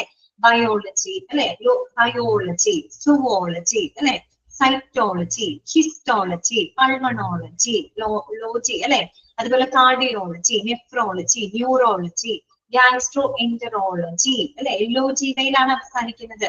അപ്പൊ അതിന്റെ അർത്ഥം എന്താണ്? സ്റ്റഡി ഓഫ് അല്ലെ. ഇപ്പൊ cardiology study of heart, pulmonology study of lungs അല്ലെ, നെഫ്രോളജി അല്ലെ സ്റ്റഡി ഓഫ് കിഡ്നി എന്നൊക്കെ നമ്മൾ പറയുന്നത്. ഓക്കെ, അപ്പൊ അത്രയുള്ളൂ. അതുപോലെയാണ് ഐറ്റിസിന്റെ മീനിങ് എന്താണ് അവിടെ ഉദ്ദേശിക്കുന്നത്? ഇൻഫ്ലമേഷൻ. അപ്പൊ ഇൻഫ്ലമേഷൻ ഓഫ് ദ ലിവർ എന്നാണ് ഇവിടെ സൂചിപ്പിക്കുന്നത്. ഓക്കെ, അടുത്തത് എന്താണ്? അടുത്ത കമ്പോണന്റ് ഏതാണ്? റൂട്ട് വേർഡ് ആണ് അല്ലെ. എന്താണ് റൂട്ട് വേർഡ്? റൂട്ട് വേർഡ് എന്ന് പറയുന്നത് എന്താ ഉദ്ദേശിക്കുന്നത്? നമ്മൾ പറയാം റൂട്ടാണ് അല്ലെ. എന്റെ റൂട്ട് എന്ന് പറയുമ്പോൾ വേര്, അത് അത്രയും ഇമ്പോർട്ടന്റ് ആയിട്ടുള്ള ഒരു ഭാഗമാണ് അല്ലെ. നമ്മൾ പറയുന്നത് ചില പ്രശ്നം എന്ന് പറയുന്നത് വേരോടുകൂടി കളയണം എന്ന് പറയുന്നത് റൂട്ട് ആണ്. റൂട്ട് എന്ന് പറയുമ്പോൾ അത്രയും പ്രധാനപ്പെട്ട ഒരു ഭാഗമാണ് അല്ലെ. So it is the fundamental part of the medical term അഥവാ key part of the medical term അഥവാ essential part of the medical term എന്നറിയപ്പെടുന്നത് എന്താണ്? കോമൺ റൂട്ട് വേർഡ് ആണ്. ഓക്കെ, മനസ്സിലായോ? അപ്പൊ എങ്ങനെ ചോദ്യം വരാം? The fundamental or essential part അല്ലെങ്കിൽ chief part of the medical term is known as എന്താണ് പറയാ? റൂട്ട് വേർഡ് അല്ലെ, കോമൺ റൂട്ട് വേർഡ്. അപ്പൊ എന്തൊക്കെയാണ് നമ്മൾ പഠിച്ചത്? Beginning part of the medical term ആണ് പ്രിഫിക്സ് എന്ന് പറയുന്നത്. Ending part of the medical term ആണ് സഫിക്സ് എന്ന് പറയുന്നത്. ദെൻ ചീഫ് പാർട്ട് അഥവാ fundamental part or essential part of the medical ടേമിനെയാണ് നമ്മൾ റൂട്ട് വേർഡ് എന്ന് പറയുന്നത്. ഓക്കെ, അപ്പൊ റൂട്ട് വേർഡ് പൊതുവെ സൂചിപ്പിക്കുന്നത് ഒന്നില്ലെങ്കിൽ ഒരു ബോഡി ഓർഗനെ ആയിരിക്കാം. ഓക്കെ, ഏതെങ്കിലും ഒരു ബോഡിയിൽ ഏതെങ്കിലും അവയവമാണോ അല്ലെങ്കിൽ അതിനെ ബാധിക്കുന്ന അസുഖങ്ങളോ രോഗലക്ഷണങ്ങളെയാണ് പൊതുവായിട്ട് നമ്മൾ കോമൺ റൂട്ട് വേർഡ് ഉദ്ദേശിക്കുന്നത്. ഒരു എക്സാമ്പിൾ പറയുകയാണെങ്കിൽ ഗാസ്റ്റർ. Okay, ഗാസ്റ്റർ, GASTR ഗാസ്റ്റർ. ഈ ഗാങ്സ്റ്റർ എന്ന് പറയുന്നത് ഏത് ഓർഗനുമായിട്ട് റിലേറ്റഡ് ആണ്? ഒന്ന് ആലോചിച്ച് പറഞ്ഞേ. ഗാങ്സ്റ്റർ എന്ന് പറയുന്നത് ഏത് ഓർഗനുമായിട്ട് റിലേറ്റഡ് ആയിരിക്കും? ഏത് ഓർഗനുമായിട്ട് റിലേറ്റഡ് ആയിരിക്കും ഗാങ്സ്റ്റർ എന്ന് പറയുമ്പോൾ? ഒന്ന് പറഞ്ഞു നോക്കിയേ, ഏതായിരിക്കും? Stomach. Okay, very good, correct ആണ് കേട്ടോ. സ്റ്റൊമക്ക്, ഗാസ്ട്രോ അല്ലെ? നിങ്ങൾ പഠിച്ചില്ലേ ഗാസ്ട്രോ എന്ററോളജി എന്നൊക്കെ പറഞ്ഞില്ലേ? അപ്പൊ എന്താണ്? സ്റ്റൊമക്കുമായിട്ട് ബന്ധപ്പെട്ടതാണ്. സ്റ്റൊമക്ക് എന്ന് പറയുന്നത് ഇംഗ്ലീഷ് വേർഡാണ് അല്ലെ? സ്റ്റൊമക്ക് എന്ന് പറഞ്ഞ ആമാശയം, അതൊരു ഇംഗ്ലീഷ് വേർഡാണെന്ന് നമുക്കറിയാം. പക്ഷെ അതിന്റെ എന്താണ് ഗ്രീക്ക് പദമാണ് ഗാസ്റ്റർ എന്ന് പറയുന്നത് കേട്ടോ. ഓക്കെ, അപ്പൊ ഗാസ്റ്റർ. ഓക്കെ, അതുപോലെ തന്നെ ഹെപ്പാറ്റ്. ഹെപ്പാറ്റ് എന്ന് പറയുമ്പോൾ ഏത് ഓർഗനെയാണ് ഉദ്ദേശിക്കുന്നത്? ലിവർ ആണ് അല്ലെ? അതെ, ലിവർ ആണ്. ലിവർ ഒരു ഇംഗ്ലീഷ് വാക്കാണ്, അത് നമുക്കറിയാം. പക്ഷെ നമ്മൾ അറിയാം ടെർമിനോളജി എവിടെന്നാ വന്നത്? ഗ്രീക്ക് ഓർ ലാറ്റിൻ പദത്തിൽ നിന്നാണ് അല്ലെ? അപ്പൊ ലിവറിന്റെ ഇതാണ് എന്ത്? ഹെപ്പാറ്റ് എന്ന് പറയുന്നത്. ഓക്കെ, അപ്പൊ ഹെപ്പറ്റൈറ്റിസ്. ഓക്കെ, അപ്പൊ ഹെപ്പാറ്റ് ആണ് അവിടുത്തെ എന്ത് റൂട്ട് വേർഡ് എന്ന് പറയുന്നത്. പിന്നെ ഒരു കാര്യം കൂടി ഞാൻ പറഞ്ഞത്, നാലാമത്തെ കമ്പോണന്റ് ആയിട്ടാണ് ഞാൻ പറഞ്ഞത്. പക്ഷെ ഇതിൽ പറഞ്ഞു പോകുന്നേ ഉള്ളൂ. പക്ഷെ നിങ്ങൾ മനസ്സിലാക്കുക, കമ്പൈനിങ് എ വവൽ അല്ലെ? Combining A vowel. നമ്മൾ ഒരു വവൽ ലെറ്റർ ഈ റൂട്ട് വേർഡിന്റെ കൂടെ നമ്മൾ കമ്പൈൻ ചെയ്തിട്ടാണ് ഉപയോഗിക്കുക. ഏതൊക്കെയാണ് വവൽസ്? എ ഉണ്ട്, ഇ, ഐ, ഒ, യു അല്ലെ? ഈ പൊതുവെ 99% ഓ എന്ന വവലാണ്. ഓക്കെ, കറക്റ്റ് ആണ് കേട്ടോ. അപ്പോ പൊതുവെ ഒരു ഓ എന്ന വവലാണ് സാധാരണയായിട്ട് നമ്മൾ റൂട്ട് വേർഡ്സിന്റെ കൂടെ കമ്പൈൻ ചെയ്യുന്നത്. 99% ഓയാണ്. പക്ഷെ ഐ ഉണ്ടാവാറുണ്ട്, എ ഉണ്ടാവാറുണ്ട്. ഇപ്പൊ നോക്കി, കാർഡിയോളജി എന്ന് പറയുന്നത് കാർഡിയോ. കാർഡിയോ ഓയിലല്ലേ അവസാനിക്കുന്നത്? പൾമണോ. പൾമണോ ഓ ഓയിലല്ലേ അവസാനിക്കുന്നത്? അങ്ങനെ. അപ്പോ അവസാനിക്കല്ല, അവിടെ ചേർക്കുന്ന വവൽ എന്ന് പറയുന്നത് ഓയാണ്. ഇപ്പൊ ചിലതിൽ ഐ ആയിരിക്കും, ഓക്കെ, ചിലതിൽ എ ആയിരിക്കും, യു ആവും. പക്ഷെ കൂടുതലും നമ്മൾ നോക്കുകയാണെങ്കിൽ 99%-നകത്ത് ഓ ആയിരിക്കും കേട്ടോ കാണുന്നത്. ഓക്കെ, അത്രയേ ഉള്ളൂ. അപ്പൊ അതാണ് 4 കമ്പോണൻസ് ആയിട്ട് പറയുന്നത്. മനസ്സിലായോ പറഞ്ഞേ? അപ്പൊ പ്രിഫിക്സ് എന്ന് പറഞ്ഞാല് beginning part of the medical term ആണ്. ഓക്കെ, അപ്പൊ നമ്മൾ അത് എഴുതുന്ന സമയത്ത് ആദ്യം എഴുതിയിട്ട് ചെറിയ ഹൈറ്റ് എഴുതുന്നുണ്ട് എന്ന് പറഞ്ഞാൽ അങ്ങനെയല്ല കേട്ടോ. പഠിക്കുന്ന സമയത്ത് അത് പ്രിഫിക്സ് ആണെന്ന് മനസ്സിലാക്കാൻ വേണ്ടിയിട്ടാണ് ആ ഹൈഫൺ ഇട്ടേക്കുന്നത് കേട്ടോ. അല്ലാണ്ട് എഴുതുമ്പോഴൊന്നും ഒക്കെ ഇതാക്കില്ല. അപ്പൊ നോക്കാം, പ്രിഫിക്സ് കഴിഞ്ഞിട്ട് നമ്മളൊരു ഹൈഫൺ ഇടുന്നത്. അയാളെ അതിന്റെ ബിഗിനിങ് പാർട്ടാണ്, അയാളെ തുടർന്ന് കുറച്ച് ആളുകൾ വരാനുണ്ട് എന്ന് സൂചിപ്പിക്കാനായിട്ടാണ് ആ ഹൈഫൺ കേട്ടോ. സഫിക്സ് എന്ന് പറഞ്ഞാൽ ending part of the medical term ആണ്. അയാളെ നമ്മൾ എഴുതുമ്പോൾ ഫസ്റ്റ് ഹൈഫൺ ഇടും എന്നുണ്ട് കേട്ടോ. എൻഡിങ് പാർട്ടാണ്. പിന്നെ കോമൺ റൂട്ട് വേർഡ്, അത് ചീഫ് പാർട്ട് അങ്ങനെ ചോദിക്കാം, ഫണ്ടമെന്റൽ പാർട്ട് എന്ന് ചോദിക്കാം, essential part of the medical term ചോദിച്ചാലും റൂട്ട് വേർഡ് ആണ് കേട്ടോ. അതിന്റെ കൂടെ നമ്മളൊരു വവലും കൂടെ കമ്പൈൻ ചെയ്യും. പിന്നെ ഒരു വിഭാഗമാണുള്ളത് അബ്രീവിയേഷൻസ്, ചുരുക്കെഴുത്തുകൾ. ഇഷ്ടംപോലെ അബ്രീവിയേഷൻസ് നമ്മൾ എന്താണ് പഠിച്ചിട്ടുണ്ട് അല്ലെ? ഇപ്പൊ നിങ്ങള് PHC അല്ലെ, primary health centre, CHC community health centre, COPD പഠിച്ചില്ലേ നമ്മള്? ക്രോണിക് ഒബ്സ്ട്രക്റ്റീവ് പൾമണറി ഡിസീസ് എന്നൊക്കെ പറഞ്ഞ് നമ്മൾ പഠിച്ചില്ലേ? അതിന്റെയൊക്കെ ചുരുക്കെഴുത്തുകളാണ്. ഓക്കെ, ക്ലിയർ ആണോ? മനസ്സിലായില്ലേ? നമുക്കൊന്ന് വായിക്കാം, വായിച്ചിട്ട് നമുക്ക് അതിലേക്ക് കടക്കാം കേട്ടോ. ഇത്രയും ഭാഗം ക്ലിയർ ആയോ? ക്ലിയർ ആണ്. അപ്പൊ നമുക്ക് ജസ്റ്റ് വായിക്കി പറഞ്ഞ കാര്യങ്ങളൊക്കെ തന്നെ ഉണ്ട് കേട്ടോ. ശരി, മെഡിക്കൽ ടെർമിനോളജി കേട്ടോ. നോക്കാം. The language of medicine originated from Greek and Latin. ഒരു മിനിറ്റ് കേട്ടോ, ഞാൻ ഇത് കുറച്ച് വലുതാക്കിയിട്ടെ.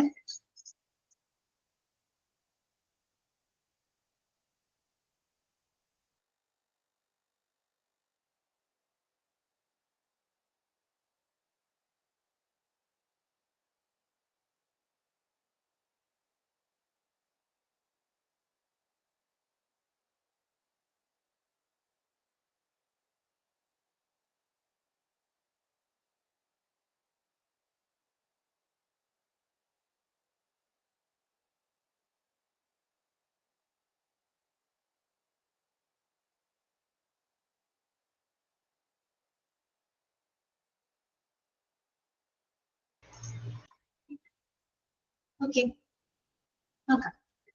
അപ്പൊ നോക്കാം കേട്ടോ. Medical terminology. The language of medicine originated from Greek and Latin. Okay, അപ്പൊ ഒന്ന് അണ്ടർലൈൻ ചെയ്ത് വെക്കാം കേട്ടോ. എന്താണ്? What is the language of medicine? എന്താണ്? മെഡിക്കൽ ടെർമിനോളജി ആണ് അല്ലെ? അപ്പൊ അതൊന്ന് അണ്ടർലൈൻ ചെയ്ത് വെക്കാം. The language of medicine that is originated from Greek and Latin. Medical terminology is employed in Indian national language and it is also essential to communicate with the other medical workers. നമ്മൾ പറഞ്ഞ കാര്യമാണ് അല്ലെ? ഇത് സാധാരണ doctors പേഷ്യൻസിന് വേണ്ടി കൊടുക്കുന്നതല്ല, അവർക്കിടയിൽ നല്ല രീതിയിൽ കമ്മ്യൂണിക്കേറ്റ് ചെയ്യാനായിട്ട് ഉപയോഗിക്കുന്ന ഒരു ലാംഗ്വേജ് ആണ് അല്ലെ. ഓക്കെ, പിന്നെ നോക്കുക, എന്താണ് മെഡിക്കൽ ടെർമിനോളജി എന്നതിന് കൃത്യമായിട്ടുള്ള ഡെഫിനിഷൻ അവിടെ കൊടുത്തിട്ടുണ്ട്. അത് നിങ്ങൾ അണ്ടർലൈൻ ചെയ്തിടുക കേട്ടോ. Medical terminology is the language used to specifically describe the human body, elements, method, circumstances etcetera.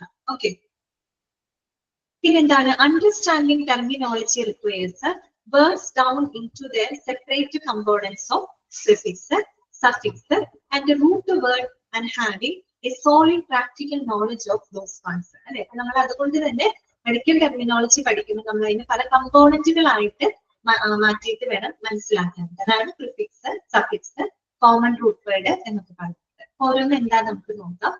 First വരുന്നതാണ് ഇത് പ്രിഫിക്സസ് അല്ലെ. പ്രിഫിക്സ് എന്താണ്? A prefix means A word attached at the beginning of A word. അതൊന്ന് underline ചെയ്തിരിക്കുക കേട്ടോ. Beginning of A word and generally describes the location and the intensity. Okay, just one mark ചെയ്തിരിക്കുന്നു. നമ്മളോട് ചോദിക്കാം the beginning part of the medical term ഏതാണെന്ന് ചോദിച്ചാൽ അത് prefix ആണ് കേട്ടോ. അപ്പൊ അതൊന്ന് അണ്ടർലൈൻ ചെയ്ത് വെക്കാം. ഇനി നോക്കാം, prefixes are often found in general language. ബ്രാക്കറ്റിൽ കൊടുത്തിട്ടുണ്ട്, that is autopilot, submarine, tricycle, and in medical as well as scientific terminology. നമ്മൾ ഈ പറയുന്ന പ്രിഫിക്സ് നോക്കുകയാണെങ്കിൽ അത് മെഡിക്കൽ ടെർമിനോളജിക്ക് മാത്രമല്ല അല്ലെ, സാധാരണ ജനറൽ ലാംഗ്വേജ് കാര്യത്തിൽ ഇഷ്ടം പോലെ നമുക്ക് പ്രിഫിക്സ് കാണാനായിട്ട് പറ്റും. നമ്മൾ പ്രീ ഡിഗ്രിയിൽ പറയണില്ലേ, അതുപോലെ പോസ്റ്റ് ഗ്രാജുവേഷൻ എന്ന് പറയാറുണ്ട്. അതുപോലെ ഓട്ടോ പൈലറ്റ് അല്ലെ, അതിൽ ഓട്ടോ എന്ന് പറയുന്നത് പ്രിഫിക്സ് ആണ് അല്ലെ. അതുപോലെ സബ്മറൈൻ, ട്രൈസിക്കിൾ, ബൈസിക്കിൾ, ട്രൈൻ അല്ലെ, ട്രൈസിക്കിൾ, ബൈസിക്കിൾ, അത് തന്നെയാണ്.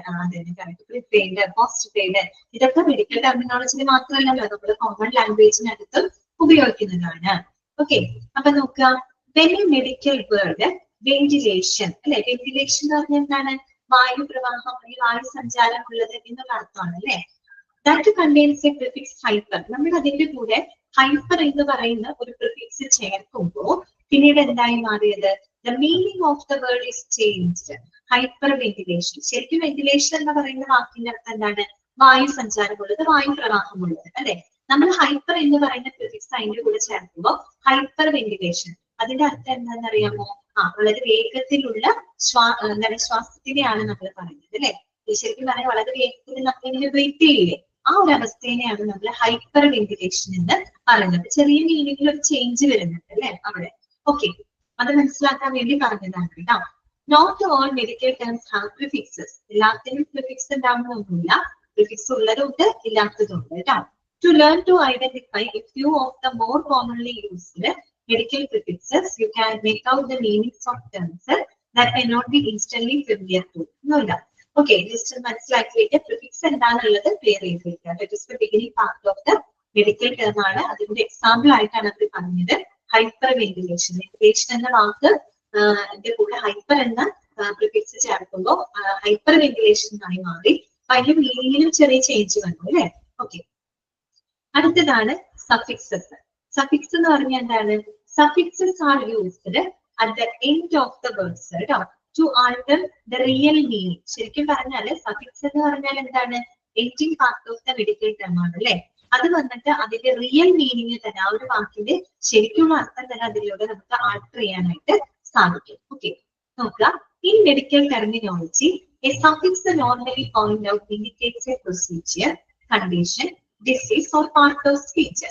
സാധാരണ നമ്മൾ സഫിക്സ് സൂചിപ്പിക്കുന്ന ഏതെങ്കിലും ഒരു പ്രൊസീജിയറിനെയോ അല്ലെങ്കിൽ ഏതെങ്കിലും ഒരു ശരീരത്തിന്റെ കണ്ടീഷൻ, ഒരു അവസ്ഥയോ അല്ലെങ്കിൽ രോഗത്തിനെയോ അല്ലെങ്കിൽ S A part of the speech അതുമായിട്ട് നമ്മൾ ഉപയോഗിക്കാറുണ്ട്.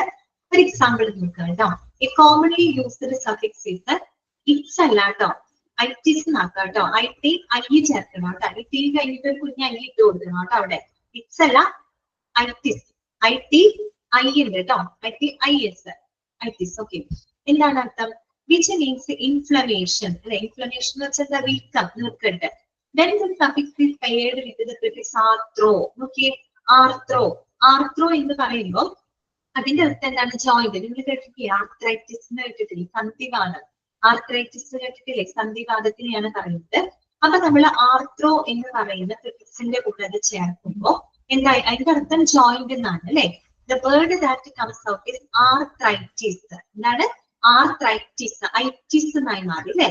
ആർത്തോന്റെ കൂടെ നമ്മൾ ഐറ്റിസ് ചേർത്തപ്പോ ആർത്രൈറ്റിസ് എന്നായിട്ട് മാറി. അപ്പൊ മീനിങ് എന്താണ്? Inflammation of the joints. അർത്ഥം എന്താണ്?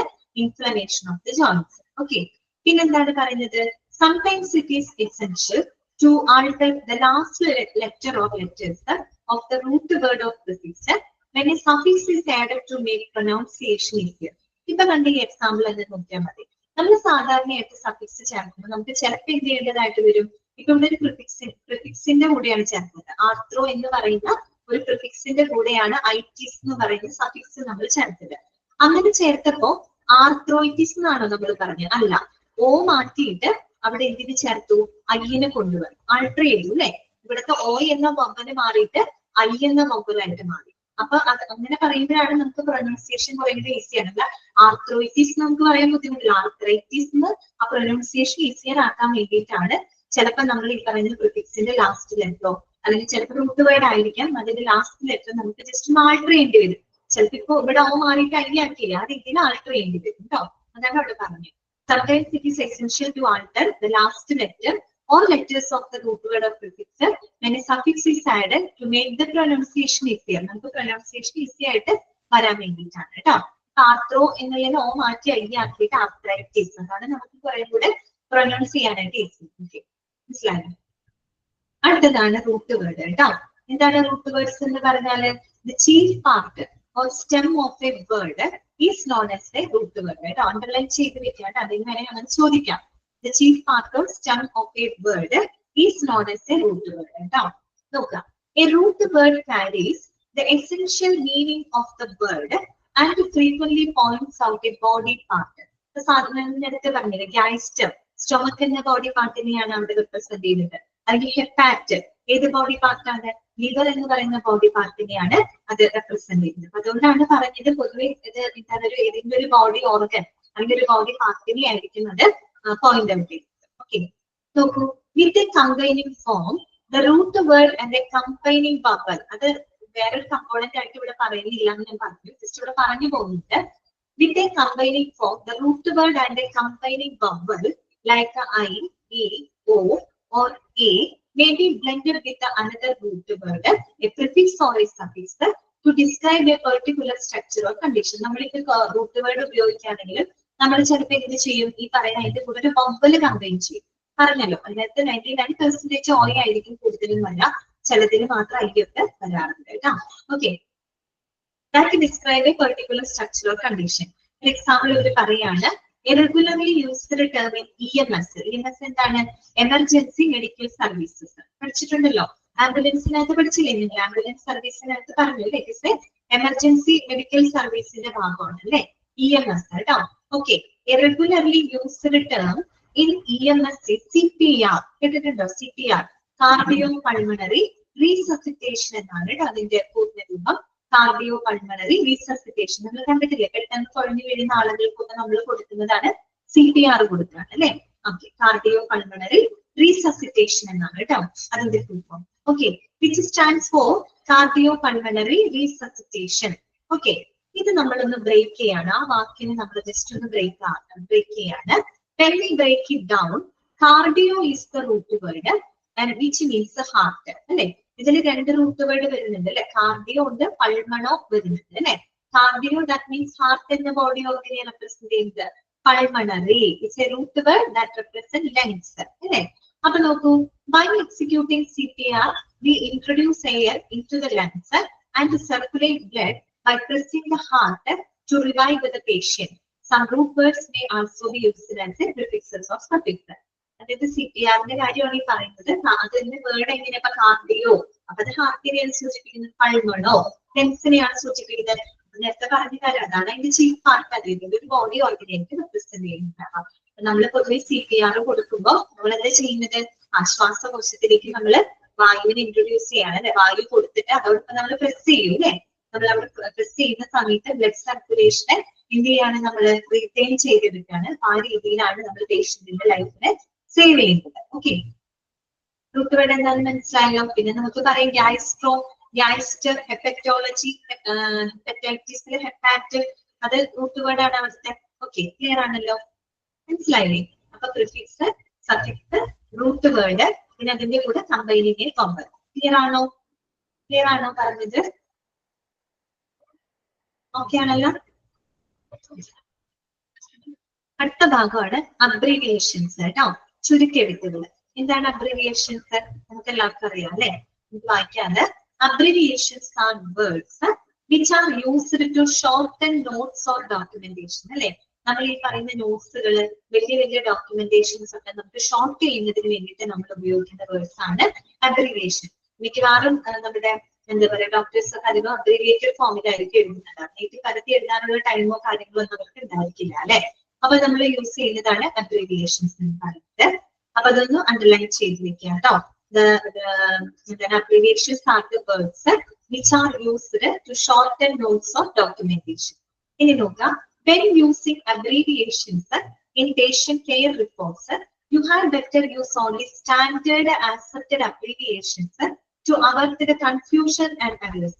നമ്മൾ അബ്രിവിയേഷൻ ഉപയോഗിക്കുമ്പോൾ തോന്നിയ അബ്രിവിയേഷൻ, നമുക്ക് വായി തോന്നിയ അബ്രിവിയേഷൻസ് അല്ല അവിടെ യൂസ് ചെയ്യുന്നത്. എപ്പോഴും വളരെ സ്റ്റാൻഡേർഡ് ആയിട്ടുള്ള, ആക്സെപ്റ്റഡ് ആയിട്ടുള്ള അബ്രിവിയേഷൻസ് ആണ് അവിടെ യൂസ് ചെയ്യുന്നത്. നമ്മൾ ചില ആൾക്കാരുടെ പേരൊക്കെ വെറുതെ തന്നെ അബ്രിവിയേറ്റഡ് ഫോമിലൊക്കെ വിളിക്കാറുണ്ട് അല്ലെ. ആ രീതിയിലല്ല, സ്റ്റാൻഡേർഡ് ആയിട്ടുള്ള ആക്സെപ്റ്റഡ് അബ്രിവിയേഷൻസ് വേണം യൂസ് ചെയ്യാനായിട്ട് കേട്ടോ. അത് ഈ പറയുന്ന കൺഫ്യൂഷൻ എററൊക്കെ ഒഴിവാക്കാൻ വേണ്ടിയിട്ടാണ്. This list is need to help decipher the documents return by other health care professionals. അപ്പൊ എന്നാൽ മാത്രമേ നമുക്ക് മറ്റുള്ള ഹെൽത്ത് കെയർ പ്രൊഫഷണൽസിനും അത് മനസ്സിലാക്കാനായിട്ട് സാധിക്കുള്ളൂ അല്ലെ.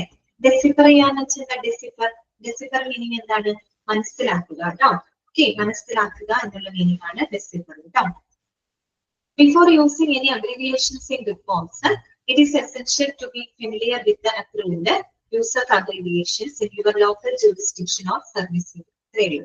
അതായത് വളരെ സ്റ്റാൻഡേർഡ് ആയിട്ടുള്ള അബ്രിവിയേഷൻസ് വേണം നമ്മൾ യൂസ് ചെയ്യാനായിട്ട്. എന്നാൽ മാത്രമാണ് മറ്റുള്ള ഹെൽത്ത് കെയർ ആളുകൾക്കും അത് മനസ്സിലാക്കാനായിട്ട് സാധിക്കും അല്ലെ. അക്സെപ്റ്റഡ് ആയിട്ടുള്ള അബ്രിവിയേഷൻസ് ആണ് ഉപയോഗിക്കുന്നത്. ഇത്രയുമാണ് നിങ്ങൾ ജനറൽ ആയിട്ട് അറിഞ്ഞിരിക്കേണ്ട കാര്യങ്ങൾ ഇതൊക്കെ. ഓക്കെ, ഇനി നമുക്ക് പഠിക്കാം. പ്രിഫിക്സുകൾ കുറെ പഠിക്കാനുണ്ട്, സഫിക്സ് ഉണ്ട്, കോമൺ ഗ്രൂപ്പ് വേർഡ്സ് ഉണ്ട്, അബ്രിവിയേഷൻസ് ഉണ്ട് കേട്ടോ.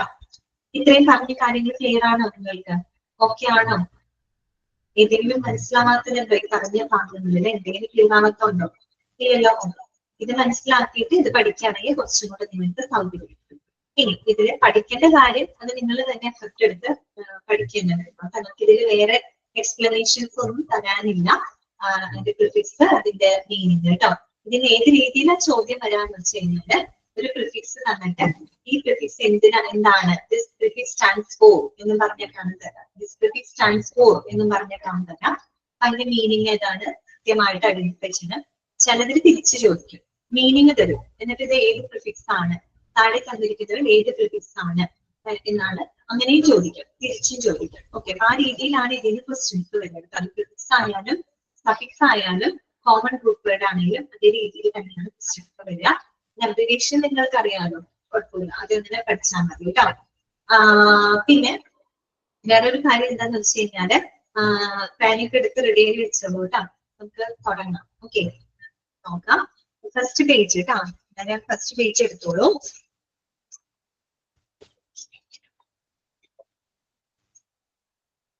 എന്താണ് അബ്രിവിയേഷൻസ് എന്ന് പറഞ്ഞാൽ ചുരുക്കെഴുത്താണ് കേട്ടോ. ചുരുക്കെഴുത്തുകളാണ്. അതായത് നമ്മൾ ഈ പറയുന്ന വലിയ വലിയ ഡോക്യുമെന്റ്സ് മറ്റും ഷോർട്ട് ചെയ്യാനായിട്ട്, ചുരുക്കാൻ വേണ്ടിയിട്ടാണ് കേട്ടോ. അതാണ് അബ്രിവിയേഷൻ ഉദ്ദേശിക്കുന്നത്. അപ്പൊ നമ്മള് ഫസ്റ്റ് പേജിലോട്ട് ആദ്യം നമ്മൾ പഠിക്കുന്ന പ്രിഫിക്സും അതിന്റെ മീനിങ്ങും ആണ് കേട്ടോ. അപ്പൊ എല്ലാവരും ഒന്ന് ശ്രദ്ധിക്കുക കേട്ടോ. ഞാൻ ഒരു 3 പ്രാവശ്യം ഞാൻ പറയാം, 3 പ്രാവശ്യത്തിൽ കൂടുതൽ ഞാൻ പറയുന്നു കേട്ടോ. ഒന്ന് ശ്രദ്ധിക്കാം. പാനൊക്കെ എടുത്തു വെച്ചോളൂ. ഈ പേജിനകത്ത് 1 മുതൽ 18 വരെയാണ് കേട്ടോ ഉള്ളത്. ഈ ഒരു പേജിനകത്ത് 1 മുതൽ 18 വരെയാണ്. അതിൽ മാർക്ക് ചെയ്യേണ്ട നമ്പേഴ്സ് ഞാൻ പറയാണ്, പെട്ടെന്ന് തന്നെ നോട്ട് ചെയ്ത് വെച്ചോളൂ കേട്ടോ. 3 മാർക്ക് ചെയ്തോളൂ കേട്ടോ. 3, 6 കേട്ടോ, 6, 9, 13, 13, 14, 14, 17, 17, 18, 18. ഒന്നുകൂടെ പറയാണ്. 3, 6, 9, 13, 14, 17, 18 3 6 9 13 14 17 17. ഓക്കെ, കറക്റ്റ് ആണ് കേട്ടോ. മാർക്ക് ചെയ്ത് വെക്കാം. ഈ മാർക്ക് ചെയ്യുന്നത് നിങ്ങൾ നിർബന്ധമായിട്ട് പഠിക്കണം കേട്ടോ. ഇതെന്തായാലും ക്വസ്റ്റ്യൻസ് നമ്മൾ ഈ മുൻവർഷ ക്വസ്റ്റ്യൻസ് ഒക്കെ നോക്കിയിട്ട് ക്വസ്റ്റ്യൻ പേപ്പേഴ്സ് ഒക്കെ നോക്കിയിട്ട് വരാൻ സാധ്യതയുള്ളതാണ്. ഇതിനാണ് വരാൻ സാധ്യതയുള്ളതാണ് നമ്മൾ സെലക്ട് ചെയ്ത് മാർക്ക് ചെയ്യുന്നതാണ് കേട്ടോ. കാരണം മുഴുവൻ പഠിക്കാൻ ചിലപ്പോ പറ്റിയെന്ന് വരില്ല. അപ്പൊ ഈ മാർക്ക് ചെയ്യുന്നത് നിർബന്ധമായിട്ട് തന്നെ പഠിക്കണം കേട്ടോ. അതില് ഒരു കോംപ്രമൈസ് നിങ്ങൾ ചോദിക്കണം. ഇതിന് ഫുള്ള് വരില്ല. ഈ മാർക്ക് ചെയ്യുന്നതിന് ഏതെങ്കിലും 1 or 2 ഒക്കെ വരാം കേട്ടോ. ചിലപ്പോ അത് അനുസരിച്ചിരിക്കും, പലതും ചിലപ്പോ 3 or 4 വരാം, അല്ലെങ്കിൽ 1 or 2 വരാം. കേട്ടോ, വായിക്കാം നമുക്കപ്പോ. ഒന്നാമത്തത് എ ആണ് കേട്ടോ. പ്രിഫിക്സ് എ ആണ്. എ ചെറിയൊരു ഹൈഫൺ ഉണ്ട്, പ്രിഫിക്സ് ആണെന്ന് സൂചിപ്പിക്കാനാണ് കേട്ടോ. എ എന്താണ് meaning? Without, for want of എന്നുള്ള അർത്ഥമാണ് കേട്ടോ. വിത്തൗട്ട് ഇല്ലാതെ, ഫോർ വാണ്ട് ഓഫ് ആവശ്യത്തിന് എന്നൊക്കെയുള്ള അർത്ഥമാണ് കേട്ടോ. അത് ജസ്റ്റ് ഇങ്ങനെ പറഞ്ഞു പോവാൻ മാത്രമേ ഉള്ളൂ, വേറെ ഇതിനകത്ത് എക്സ്പ്ലനേഷൻ ഒന്നും ഇല്ല കേട്ടോ. ഇത് നോക്കുക, മീനിങ് നോക്കുക, പഠിക്കുക കേട്ടോ. അടുത്തത് എ ബി. എ ബി എന്താണ്? ഹൈഫൺ, ബിയോണ്ട് എന്നുള്ള അർത്ഥമാണ്, അപ്പുറം അല്ലെ, ബിയോണ്ട് എന്നുള്ള മീനിങ് ആണ്. മൂന്നാമത്തെ നമ്മൾ മാർക്ക് ചെയ്തതാണ്, അത് പ്രത്യേകം നോട്ട് ചെയ്യാം. അബ്ഡോമൻ. എന്താണ്? അബ്ഡോമൻ. ഓക്കെ, ഈ എന്റെ ബ്രാക്കറ്റിൽ അല്ല, ഒരു സ്ലാഷ് ആയിട്ട് കൊടുത്താൽ മതി കേട്ടോ. ഇവിടെ ബ്രാക്കറ്റ് ആണ് ഇട്ടേക്കുന്നത്, ഒരു സ്ലാഷ് ആണ് ശരിക്കും ഇവിടെ വേണ്ടത് കേട്ടോ. അബ്ഡോമൻ എന്താണ്? അബ്ഡോമൻ ഏരിയ സ്റ്റൊമക്ക് ആണ് അല്ലെ. ഇതാണ് സ്റ്റൊമക്ക് അല്ലെ, ആ ആശയമാണ്. പിന്നെ അടുത്ത് നോക്കൂ, എക്രോ. ഇവിടെ ബ്രാക്കറ്റ് അല്ല, ശരിക്കും ഒരു സ്ലാഷ് ആണ് കേട്ടോ വേണ്ടത്, ബ്രാക്കറ്റ് ആയിട്ടല്ല. ഒരു സ്ലാഷ് പോലെ ഇട്ടിട്ടാണ് ഓ എഴുതുന്നത് കേട്ടോ. കമ്പൈൻ ചെയ്യുന്ന പവലാണ് കേട്ടോ. കമ്പൈൻ ചെയ്യുന്ന പവൽ ഓ ആണ്. അപ്പൊ എക്രോ എന്താണ്? പെർട്ടൈനിങ് ടു എൻ സിവിയറിറ്റി അല്ലെ, എന്തെങ്കിലും ഒരു തീവ്രതയുമായിട്ട് ബന്ധപ്പെട്ടതാണ്. നിങ്ങൾ കേട്ടിട്ടുണ്ടോ? നല്ല അക്രോമെഗാലി അങ്ങനെ പറയും. എക്രോമെഗാലി എന്നൊക്കെ പറഞ്ഞ എന്താണ്? ഭീമാകാരത്വം എന്നൊക്കെ നമ്മൾ സ്കൂളിൽ പഠിച്ചിട്ടുണ്ട് കേട്ടോ. അക്രോമെഗാലി അതായത് ഭീമാകാരത്വം എന്ന് പറയുന്നത് ഭയങ്കര ഒരു എന്താ പറയാ, ഭയങ്കരമായിട്ട് ശരീരം വലിപ്പം വെക്കുന്ന ഒരവസ്ഥയാണ് കേട്ടോ. അപ്പൊ അതെന്ന് പറഞ്ഞാല് അതെ, വളർച്ച കൂടുതലാണ് കേട്ടോ. പെർട്ടൈനിങ് ടു എൻ സിവിയറിറ്റി അല്ലെ, തീവ്രതയെയാണ് അവിടെ സൂചിപ്പിക്കുന്നത്. ഭീമാകാരത്വം എന്ന് പറയുന്ന ഒരു സിവിയറിറ്റിയാണ് അവിടെ കാണിക്കുന്നത് അല്ലെ. സോ അക്രോം കേട്ടോ, പെർട്ടൈനിങ് ടു എൻ സിവിയറിറ്റി, അത് തന്നെ സൂചിപ്പിച്ചത് കറക്റ്റ് ആണ്. ജനറ്റിക് സോങ് ആണ് കേട്ടോ. ഓക്കെ, അടുത്തതാണ് എ ഡി. എന്താണ്? ടു അല്ലെങ്കിൽ ഇൻ ദ ഡയറക്ഷൻ ഓഫ് കേട്ടോ. ടു അഥവാ ഇൻ ദ ഡയറക്ഷൻ ഓഫ് എന്നർത്ഥം. അടുത്തതാണ്, അത് മാർക്ക് ചെയ്തിട്ടാ ആറാമത്തെ കേട്ടോ. അഡിനോ. എന്താണ്? അഡിനോ എന്താണ്? Referring to a gland.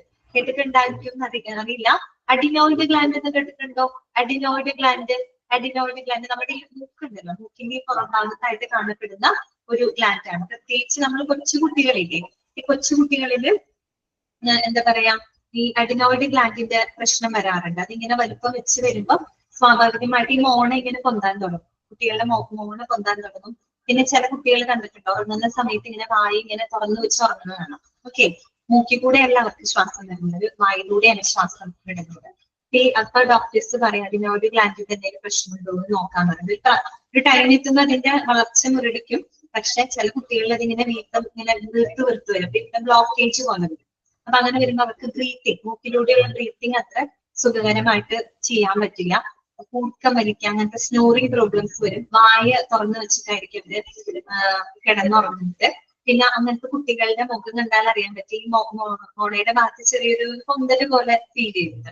ഡോക്ടേഴ്സിന് പെട്ടെന്ന് കണ്ടാൽ മനസ്സിലാവും കേട്ടോ.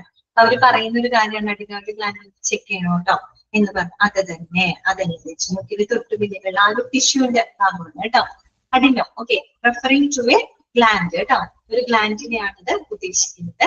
ആൻഡ് എന്താണ്? വിത്തൗട്ട് അഥവാ ഫോർ വാണ്ട് ഓഫ്. നമ്മൾ എ പറഞ്ഞല്ലോ, എ ഹൈഫൻ ഇട്ട് പറഞ്ഞിട്ട് സെയിം ആണ് കേട്ടോ, without and for want of. അത് തന്നെയാണ് ആൻഡ് കേട്ടോ. അടുത്തതാണ് എ എൻ എ പ്രിഫിക്സ് ആണ്. Up, back, one more time എന്നുള്ള അർത്ഥമാണ് കേട്ടോ. മുകളിൽ അല്ലെങ്കിൽ പിന്നിലേക്ക് എന്നൊക്കെയുള്ള അർത്ഥമാണ് കേട്ടോ. One more time. അടുത്തത് ആൻജിയോ, നമ്മൾ മാർക്ക് ചെയ്തതാണ്. ആൻജിയോ എന്താണ്? പെട്ടെന്ന് നിങ്ങളുടെ മനസ്സിലേക്ക് ഓർമ്മ വരുന്നത് എന്തായിരിക്കും? ആൻജിയോ എന്ന് പറയുമ്പോൾ പെട്ടെന്ന് മനസ്സിലേക്ക് ഓടി വരുന്നത് എന്താ? ഹാർട്ട് ബ്രേക്കിംഗ്, ആൻജിയോഗ്രാം, അതെ, ആൻജിയോപ്ലാസ്റ്റി കേട്ടിട്ടില്ലേ? അതല്ലേ ഓർമ്മ വന്നത്? അതന്നെ ആൻജിയോ എന്ന് പറഞ്ഞാൽ എന്താ വെസൽ ആണ് കേട്ടോ. ബ്ലഡ് വെസലിന് വരുന്ന പ്രശ്നങ്ങളല്ലേ അത്, പ്രത്യേകിച്ച് ഹാർട്ടിലേക്കുള്ള ബ്ലഡ് വെസൽസിന് വരുന്നതാണ് അല്ലെ. അങ്ങനെ ഒന്ന് കണക്ട് ചെയ്താൽ മതി. ആൻജിയോ വെസൽ ആണ് കേട്ടോ. ആന്റി ആന്റി എന്താണ്? പ്രയർ ടു, ഫോർവേഡ് എന്നൊക്കെയുള്ള മീനിങ് ആണ് കേട്ടോ. അതായത് പ്രയർ ടു, മുമ്പ്, മുന്നോട്ട് എന്നൊക്കെയുള്ളത്. ആന്റീരിയർ നമ്മൾ പറയാം. ആന്റീരിയർ ആന്റീരിയർ എന്ന് വെച്ചാൽ നമ്മുടെ മുകൾ ഭാഗമാണ്, മുന്നിലുള്ള ഭാഗം എന്നുള്ള അർത്ഥം. ആന്റീരിയർ, പോസ്റ്റീരിയർ എന്നൊക്കെ നമ്മൾ പറയും. ആന്റീരിയർ എന്ന് വെച്ചാൽ മുന്നിലുള്ളത്, മുകളിലുള്ള ഭാഗം എന്നുള്ള അർത്ഥമാണ്. അപ്പൊ അത് തന്നെയാണ് കേട്ടോ, prior to, forward. Anti, anti anti എന്താണ്? അവേഴ്സ് ടു, ഫോർവേഡ് അല്ലെ. നമ്മള് കഴിഞ്ഞ ചാപ്റ്ററിൽ പഠിച്ചത് ആന്റി മൈക്രോബിയൽ ഡ്രഗ്സ് പഠിച്ചില്ല. Anti microbial drugs. Averse to, forward. ഒരു അവേഴ്സ് ടു എന്ന് വെച്ചാൽ വിമുഖത എന്നൊക്കെ അർത്ഥമാണ് കേട്ടോ. ഫോർവേഡ്. Okay, antenatal. അടുത്തത് ആർട്ടീരിയോ കേട്ടോ. ആർട്ടീരിയോ, ആർട്ടീരിയോ ആർട്ടറിയാണ് കേട്ടോ. ആർട്ടറി അങ്ങനെ എന്നൊക്കെ പറയില്ല സംഭവം കേട്ടോ.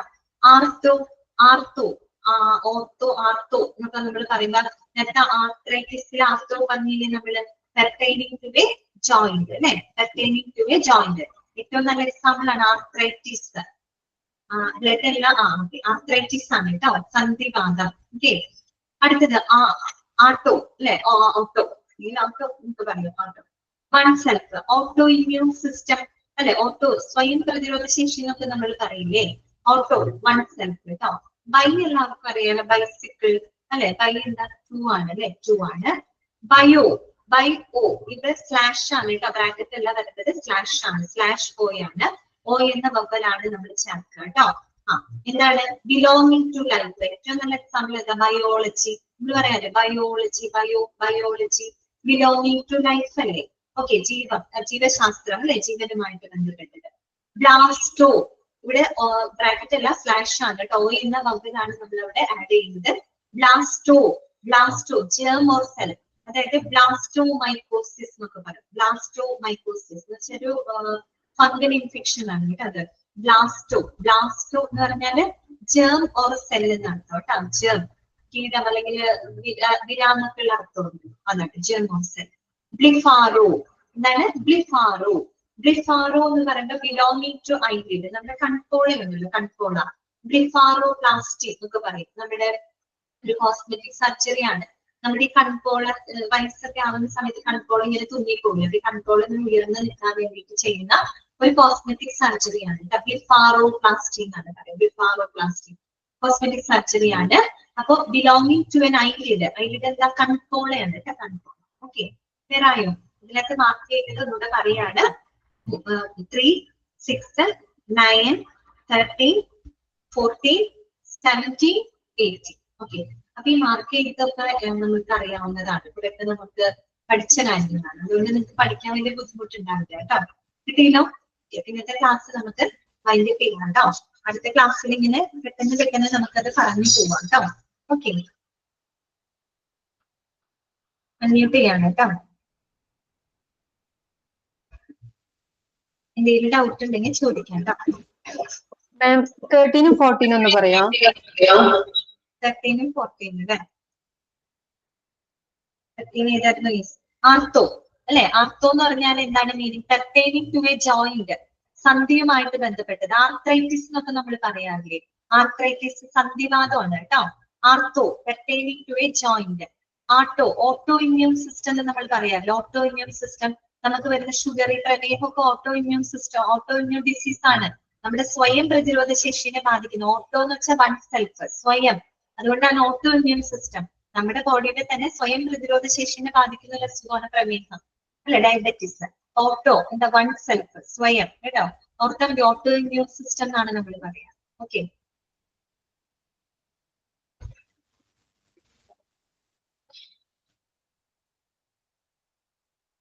അൺമ്യൂട്ട് ചെയ്തിട്ടുണ്ട് കേട്ടോ. എന്തെങ്കിലും ഡൗട്ട് ഉണ്ടെങ്കിൽ നിങ്ങൾ ചോദിച്ചോ, അല്ലെങ്കിൽ നമുക്ക് ക്ലാസ് വൈൻഡപ്പ് ചെയ്യാം.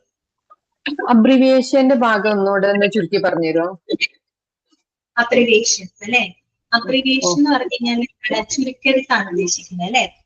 These are the words which are used to shorten notes or documentation. Doctors റിപ്പോർട്ടും കാര്യങ്ങളൊക്കെ എഴുതുമ്പോൾ എന്താണ് വലിയ വലിയ കാര്യങ്ങൾ അതിനെ ഷോർട്ട് ആക്കാനായിട്ട് അല്ലെങ്കിൽ അത്തരം ഡോക്യുമെന്റേഷൻ നമ്മൾ ചുരുക്കാൻ വേണ്ടിയിട്ട് ഉപയോഗിക്കുന്നതാണ് അബ്രീവിയേഷൻസ് എന്ന് പറയുന്നത്. ഓക്കെ. അപ്പൊ നമ്മൾ അബ്രീവിയേഷൻസ് റിപ്പോർട്ടിൽ എഴുതുന്ന സമയത്ത് വളരെ സ്റ്റാൻഡേർഡ് ആയിട്ടുള്ള അബ്രീവിയേഷൻസ് ഉപയോഗിക്കാനായിട്ട് ശ്രമിക്കണം. നിങ്ങൾ ശ്രദ്ധിച്ചിട്ടുണ്ടോ എന്ന് അറിയില്ല, നിങ്ങളൊക്കെ ഡോക്ടറെ കാണാൻ പോകുമ്പോൾ ചിലപ്പോഴൊക്കെ ഡോക്ടർ CBC എന്ന് പറഞ്ഞ് എഴുതി തരും. നമ്മുടെ മരുന്നിന്റെ ഡിസ്ക്രിപ്ഷനകത്ത് CBC. എന്താ CBC? അതൊരു അബ്രീവിയേഷൻ ആണ്. കംപ്ലീറ്റ് ബ്ലഡ് കൗണ്ട് എന്നതിന്റെ ചുരുക്കരൂപമാണ് ഡോക്ടർ അവിടെ എഴുതി തരുന്നത്. ചെക്ക് CBC അല്ലെങ്കിൽ ടെസ്റ്റ് ഫോർ CBC എന്ന് പറഞ്ഞ് എഴുതി തരും. എവിടെയെങ്കിലും നിങ്ങൾ കണ്ടിട്ടുണ്ടോ? നിങ്ങൾക്ക് തന്നെ എപ്പോഴെങ്കിലും എഴുതി തന്നിട്ടുണ്ടോ? CBC എന്ന് പറയുന്ന ഒരു അബ്രീവിയേഷൻ ആണ്. എന്നുവെച്ചാൽ കംപ്ലീറ്റ് ബ്ലഡ് കൗണ്ട് അല്ലെ, കംപ്ലീറ്റ് ബ്ലഡ് കൗണ്ട് ചെക്ക് ചെയ്യാനുള്ളതിന്റെ ഷോർട്ട് ആക്കിയിട്ട് CBC എന്നാണ് ഡോക്ടർ നമുക്ക് എഴുതി തരാറ് അല്ലെ. ആ രീതിയിൽ വലിയ വലിയ ഡോക്യുമെന്റേഷനെ ചുരുക്കാനായിട്ടാണ് നമ്മൾ അബ്രീവിയേഷൻസ് ഉപയോഗിക്കുന്നത് കേട്ടോ. ചുരുക്കെടുത്ത് എന്ന് പറയാം. നമ്മൾ ഇഷ്ടംപോലെ പഠിച്ചിട്ടുണ്ട്. PHC primary health centre, CHC community health centre എന്നതിന്റെ അബ്രീവിയേറ്റഡ് ഫോം ആണ് CHC അല്ലെ. പ്രൈമറി ഹെൽത്ത് സെന്ററിന്റെ ഷോർട്ട് അബ്രീവിയേറ്റഡ് ആണ് PHC എന്ന് പറയുന്നത് കേട്ടോ. പിന്നെ നമ്മൾ ഉപയോഗിക്കുന്ന സമയത്ത് വളരെ സ്റ്റാൻഡേർഡ് ആയിട്ടുള്ള ആക്സെപ്റ്റഡ് ആയിട്ടുള്ള അബ്രീവിയേറ്റഡ് ഫോമുകളാണ് ഉപയോഗിക്കുന്നത്. എന്നാലാണ് ആക്സെപ്റ്റഡ് ആയാൽ മാത്രമേ എല്ലാവർക്കും ഒരുപോലെ അറിയാൻ പറ്റൂ അല്ലെ. ഇപ്പൊ നമ്മൾക്ക് ഇഷ്ടം ഒരാളുടെ പേര് നമ്മൾ ചുമ്മാ വെറുതെ നമ്മുടെ തോന്നിയ വഴിക്ക് നമ്മൾ ചുരുക്കി പറയുന്ന പോലെ പറഞ്ഞാൽ നമുക്കേ മനസ്സിലാവുള്ളൂ, മറ്റുള്ളവർക്ക് മനസ്സിലാവില്ലല്ലോ. എന്നതുപോലെ മെഡിക്കൽ ടെർമിനോളജിയിൽ ഉപയോഗിക്കുമ്പോൾ എപ്പോഴും എല്ലാ ഹെൽത്ത് കെയർ പ്രൊഫഷണലുകൾക്കും ഒരുപോലെ ഫെമിലിയർ ആയിട്ടുള്ള സ്റ്റാൻഡേർഡ് ആയിട്ടുള്ള ആക്സെപ്റ്റഡ് ആയിട്ടുള്ള അബ്രീവിയേഷൻ ആണ് ഉപയോഗിക്കുന്നത്. ഓക്കെ, ക്ലിയർ ആയി കേട്ടോ? ഓക്കെ അല്ലേ? അങ്ങനെയാണെങ്കിൽ നമുക്ക് നെക്സ്റ്റ് ക്ലാസ്സിൽ കണ്ടിന്യൂ ചെയ്യാം കേട്ടോ. Okay, thank you. Thank you ma'am.